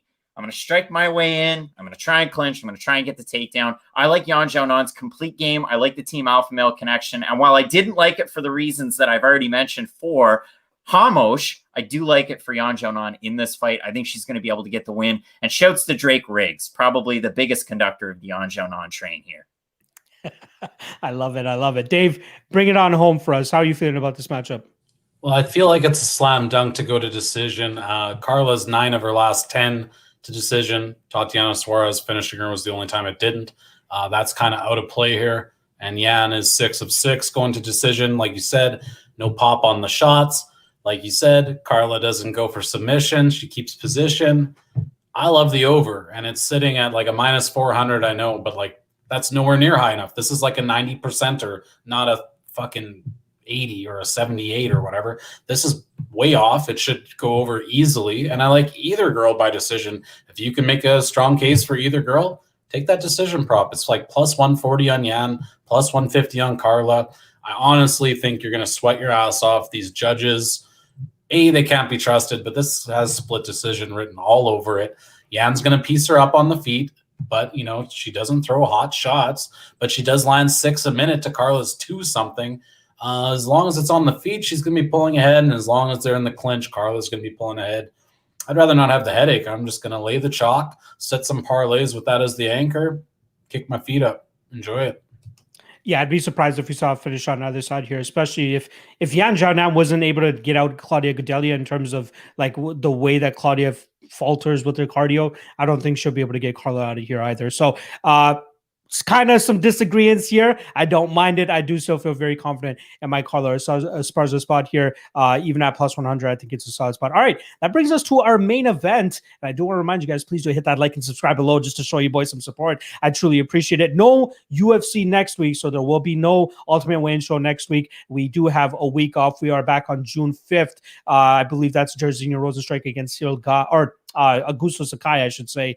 That's the main event. No idea why. Don't ask me. I don't make the fucking main events, but that is the main event on June 5th. So we will be back June 4th for the next edition of the Ultimate Weigh-In show. And when I announce the cast, I promise you guys will find out as soon as possible. I'm still working out those kinks. All right, let's get to the main event here. Very excited for this one. We got Rob Font going up against Cody Garbrandt. Cody Garbrandt obviously coming off that big win over Rafael Assunção, where he knocked him out with a beautiful highlight reel finish. And then he was scheduled to fight Davison Figueiredo for the 125-pound scrap or title back in November. He pulls out, and now he's back at 135 like nothing happened. So is what it is. Brian, I'm actually going to let you kick this one off, brother. How do you feel about Rob Font and Cody Garbrandt here? I confess something on my podcast this week that I've been ignoring basically for a long time is I'm a huge Cody Garbrandt fan. I know he's cringy. He is not the great trash talker. His fight IQ is dog shit, but his skill is great. And I've said, like, if this guy had a chin and had like fight IQ, he maybe would still be champ. I know that's crazy to say. I think he's that good of a boxer. I think his hands are that good. He's starting to throw kicks in there. You look at Rob Font. They're the same height, but Rob Font's got a 6-inch reach.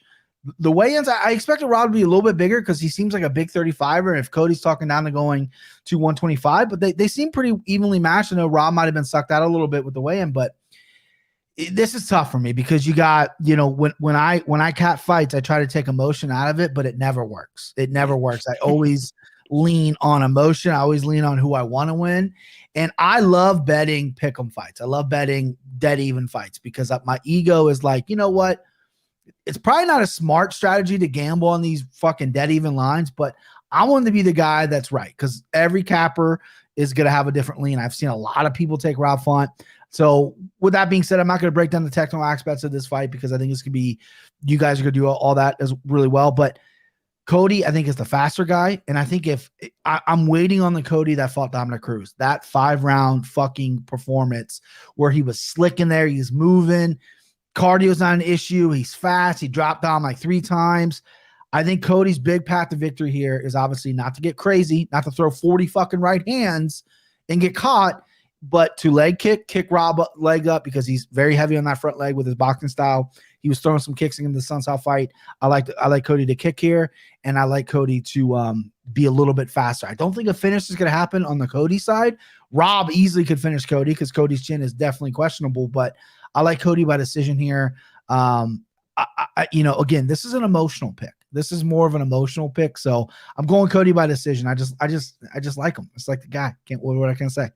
Bias always seems to creep in for some people at times, but credit to you for actually like claiming it, right? A lot of people won't actually claim it. They're like, no, a bias. I still like this guy. So shout out to Brian for actually being transparent regarding that. In terms of how I feel about this one, I'm on the Rob Font side of things. Again, very close fight. I more than likely won't have any action on this fight because I do think it's very close. If anything, you go out there and just throw the fighters and go to decision in a couple parlays that I do think that has a solid shot of hitting. I know it's a little bit chalky, but I don't see this fight going 25 minutes, to be honest.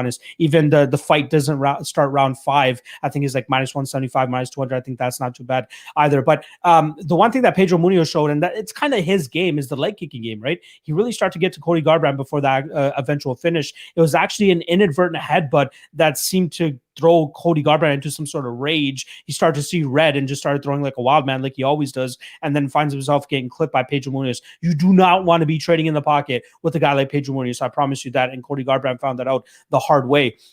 With Rob Font, a little bit more of a technical striker, right? A little bit more masterful with his 8 weapons. The guy goes out there and actually uses Muay Thai to the best of his abilities. Shout out to Mark Delagrati, a guy who's very key in the development of Rob Font's game. And it's great to see Rob Font like get to this pinnacle, right? Like, get to this point of main eventing a fight night against a high-level opponent and a former title holder in Cody Garbrandt. And he's had a great streak up until this point, right? Beating a guy like Marlon Rice the way that he did, very surprised. I thought, I'm sure many people, especially on this panel, believe that if Rob Font was going to win that fight, it was going to come much later. There's no way that he's going to be able to finish Marlon Moraes in that first round. And that's what he did. Proved some of the doubters wrong, went out there and starched Marlon Moraes relatively quickly. So good win for him there. With the Garbrandt, he's going to have to be very wary about when he implements his leg kicks, because I do believe that he's going to take a leg kicking approach here. You got to slow down the faster guy in Cody Garbrandt. Cody Garbrandt, obviously much a better boxer, better with his hands, very good speed, good combinations, moves well too, just like we saw in that Dominic Cruz fight. But that fight's been years ago now, right? It's been a long time since we've seen that Cody Garbrandt, so he needs to really tap into that to truly get his game going, especially against a very well-developed fighter like Rob Font. But I do ultimately still end up on the Rob Font side of things. I think that his Muay Thai approach is going to be a little bit too much for Cody here. I think he'll land the leg kicks at will. Hopefully he starts it off nice and early so that he can slow down Cody and then really get his hands going a little bit later in this fight. And I feel as though he'll be able to get those shots and then get out of the way before Cody Garbrandt starts to land those big strikes himself. So I do like Font here. I do like him by KO. I think it's around +170.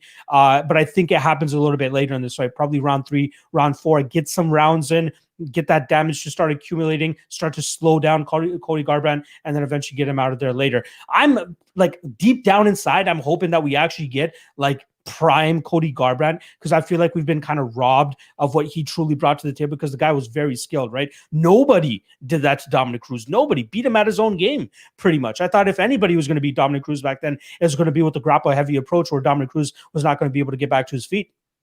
it beat him at striking. And not to mention there's a team alpha male guy as well. So I'm sure it felt even extra sweet for those guys to go out there and dethrone Mr. Dominic Cruz himself. But ultimately, I do think the New England cartel turns their fortunes around after Calvin Kattar took a hellacious beating to Max Holloway back in January. I think Rob Font goes out there, turns the tide, and gets a big win over Cody Garbrandt here and sets himself up close to a title shot, if not a title fight in his next scrap. So I'm going Rob Font, third or fourth round KO. Craig, how are you feeling about this one, brother? I'm going to ask you a question, and it's kind of a dick question, and I feel bad for asking it, but I'm going to do it anyway. So when was the last time that Rob Font boxed somebody's ears in? Like, absolutely boxed their ears in. He did it. He did some good work against Marlon Moraes. Like, got to give him some credit there. The Ricky Simone fight, good fight again. Sergio Pettis, not a bad performance either. That's what I was looking for. 6% of his overall strikes were leg kicks. Mm-hmm. Sergio Pettis is a smaller guy. Sergio Pettis, awesome fighter, great win over Juan Archuleta. Give him his flowers. He looked great in that one. Rob Font's not a big kicker, though. But neither's Cody Garbrandt. So we're going to trade in the pocket. And Rob Font's got the reach advantage. The thing that I love about Rob Font, too, again, you don't want to look too much into the stats, but there's a big enough tail that you can kind of tell a bit of a story. 47% of the time he's striking. 21% of the time he's going for a takedown. 32% of the time he's going for submissions. That's off fight metric. I love that split. Cody Garbrandt, lovely takedown defense, 100% through his overall run, but he was obliterating fools, and then he fought Dominic Cruz. And who did it better? Gavin Tucker against Sam Sicilia?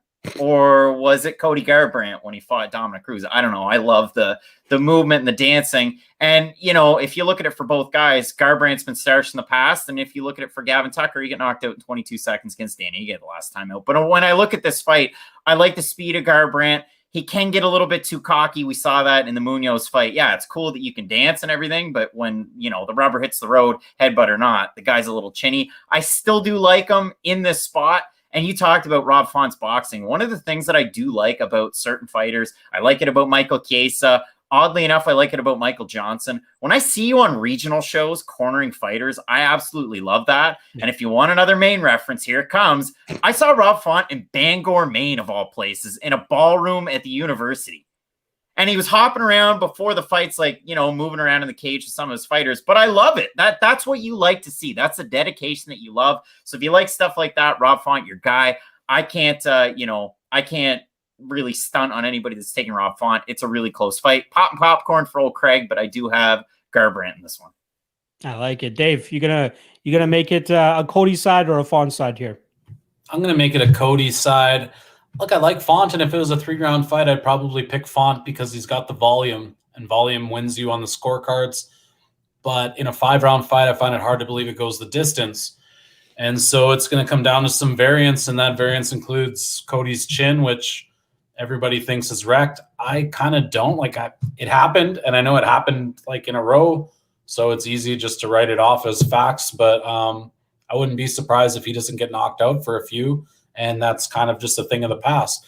Cody's a more dynamic striker. I think at some point he's going to land a big shot or, you know, get dropped himself. So I kind of like the under in this one. Cody inside the distance plus 190 I like. Yeah, Cody, man, you know, for a guy who's fighting at 135, he's got a knockdown rate of 4%. That's like really good. That's very, very good. I don't know that he's going to drop Rob Font, but at some point, he very well could. I kind of think Cody gets the knockout, big victory. He's back, yada, yada, maybe a title fight against Figueiredo. You know, I think they would be good for the UFC if Cody won in dynamic fashion, but they still got to get in the cage and get this thing done. But yeah, it's a tough one for me. The data suggests Rob Font, and I like his pressure and I like his boxing. But if it doesn't go the distance, then it just comes down to the variance. Who's going to land the bigger shot? I think it'll be Cody. I don't know. That's a shitty fight to bet, I think. So maybe don't do that. The last thing I'll leave you with is this. Because I like Rob Font in a 3-round fight because he's got the volume, I think there's a very reasonable chance he gets ahead in round 1. You get that live line on Cody. You fire away a pizza on it. You enjoy the fight. I'll leave you with that. That's what I'm thinking.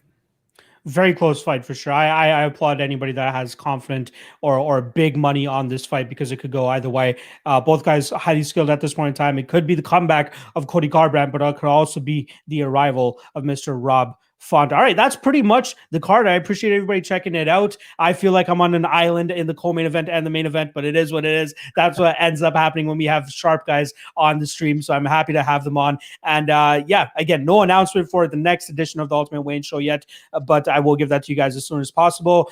So on the back end here, I'm going to throw it around the horn so everybody can plug their stuff so you guys know where exactly to find these guys. I do want to remind you guys, please do hit that like and subscribe. Definitely helps your boy out. But first and foremost, Craig, where can they find you guys? Drop all your social medias everywhere and anything that you want to plug. Well, I mean, you can't find me in Maine these days because they won't let anybody cross the border, but I can't wait to get back.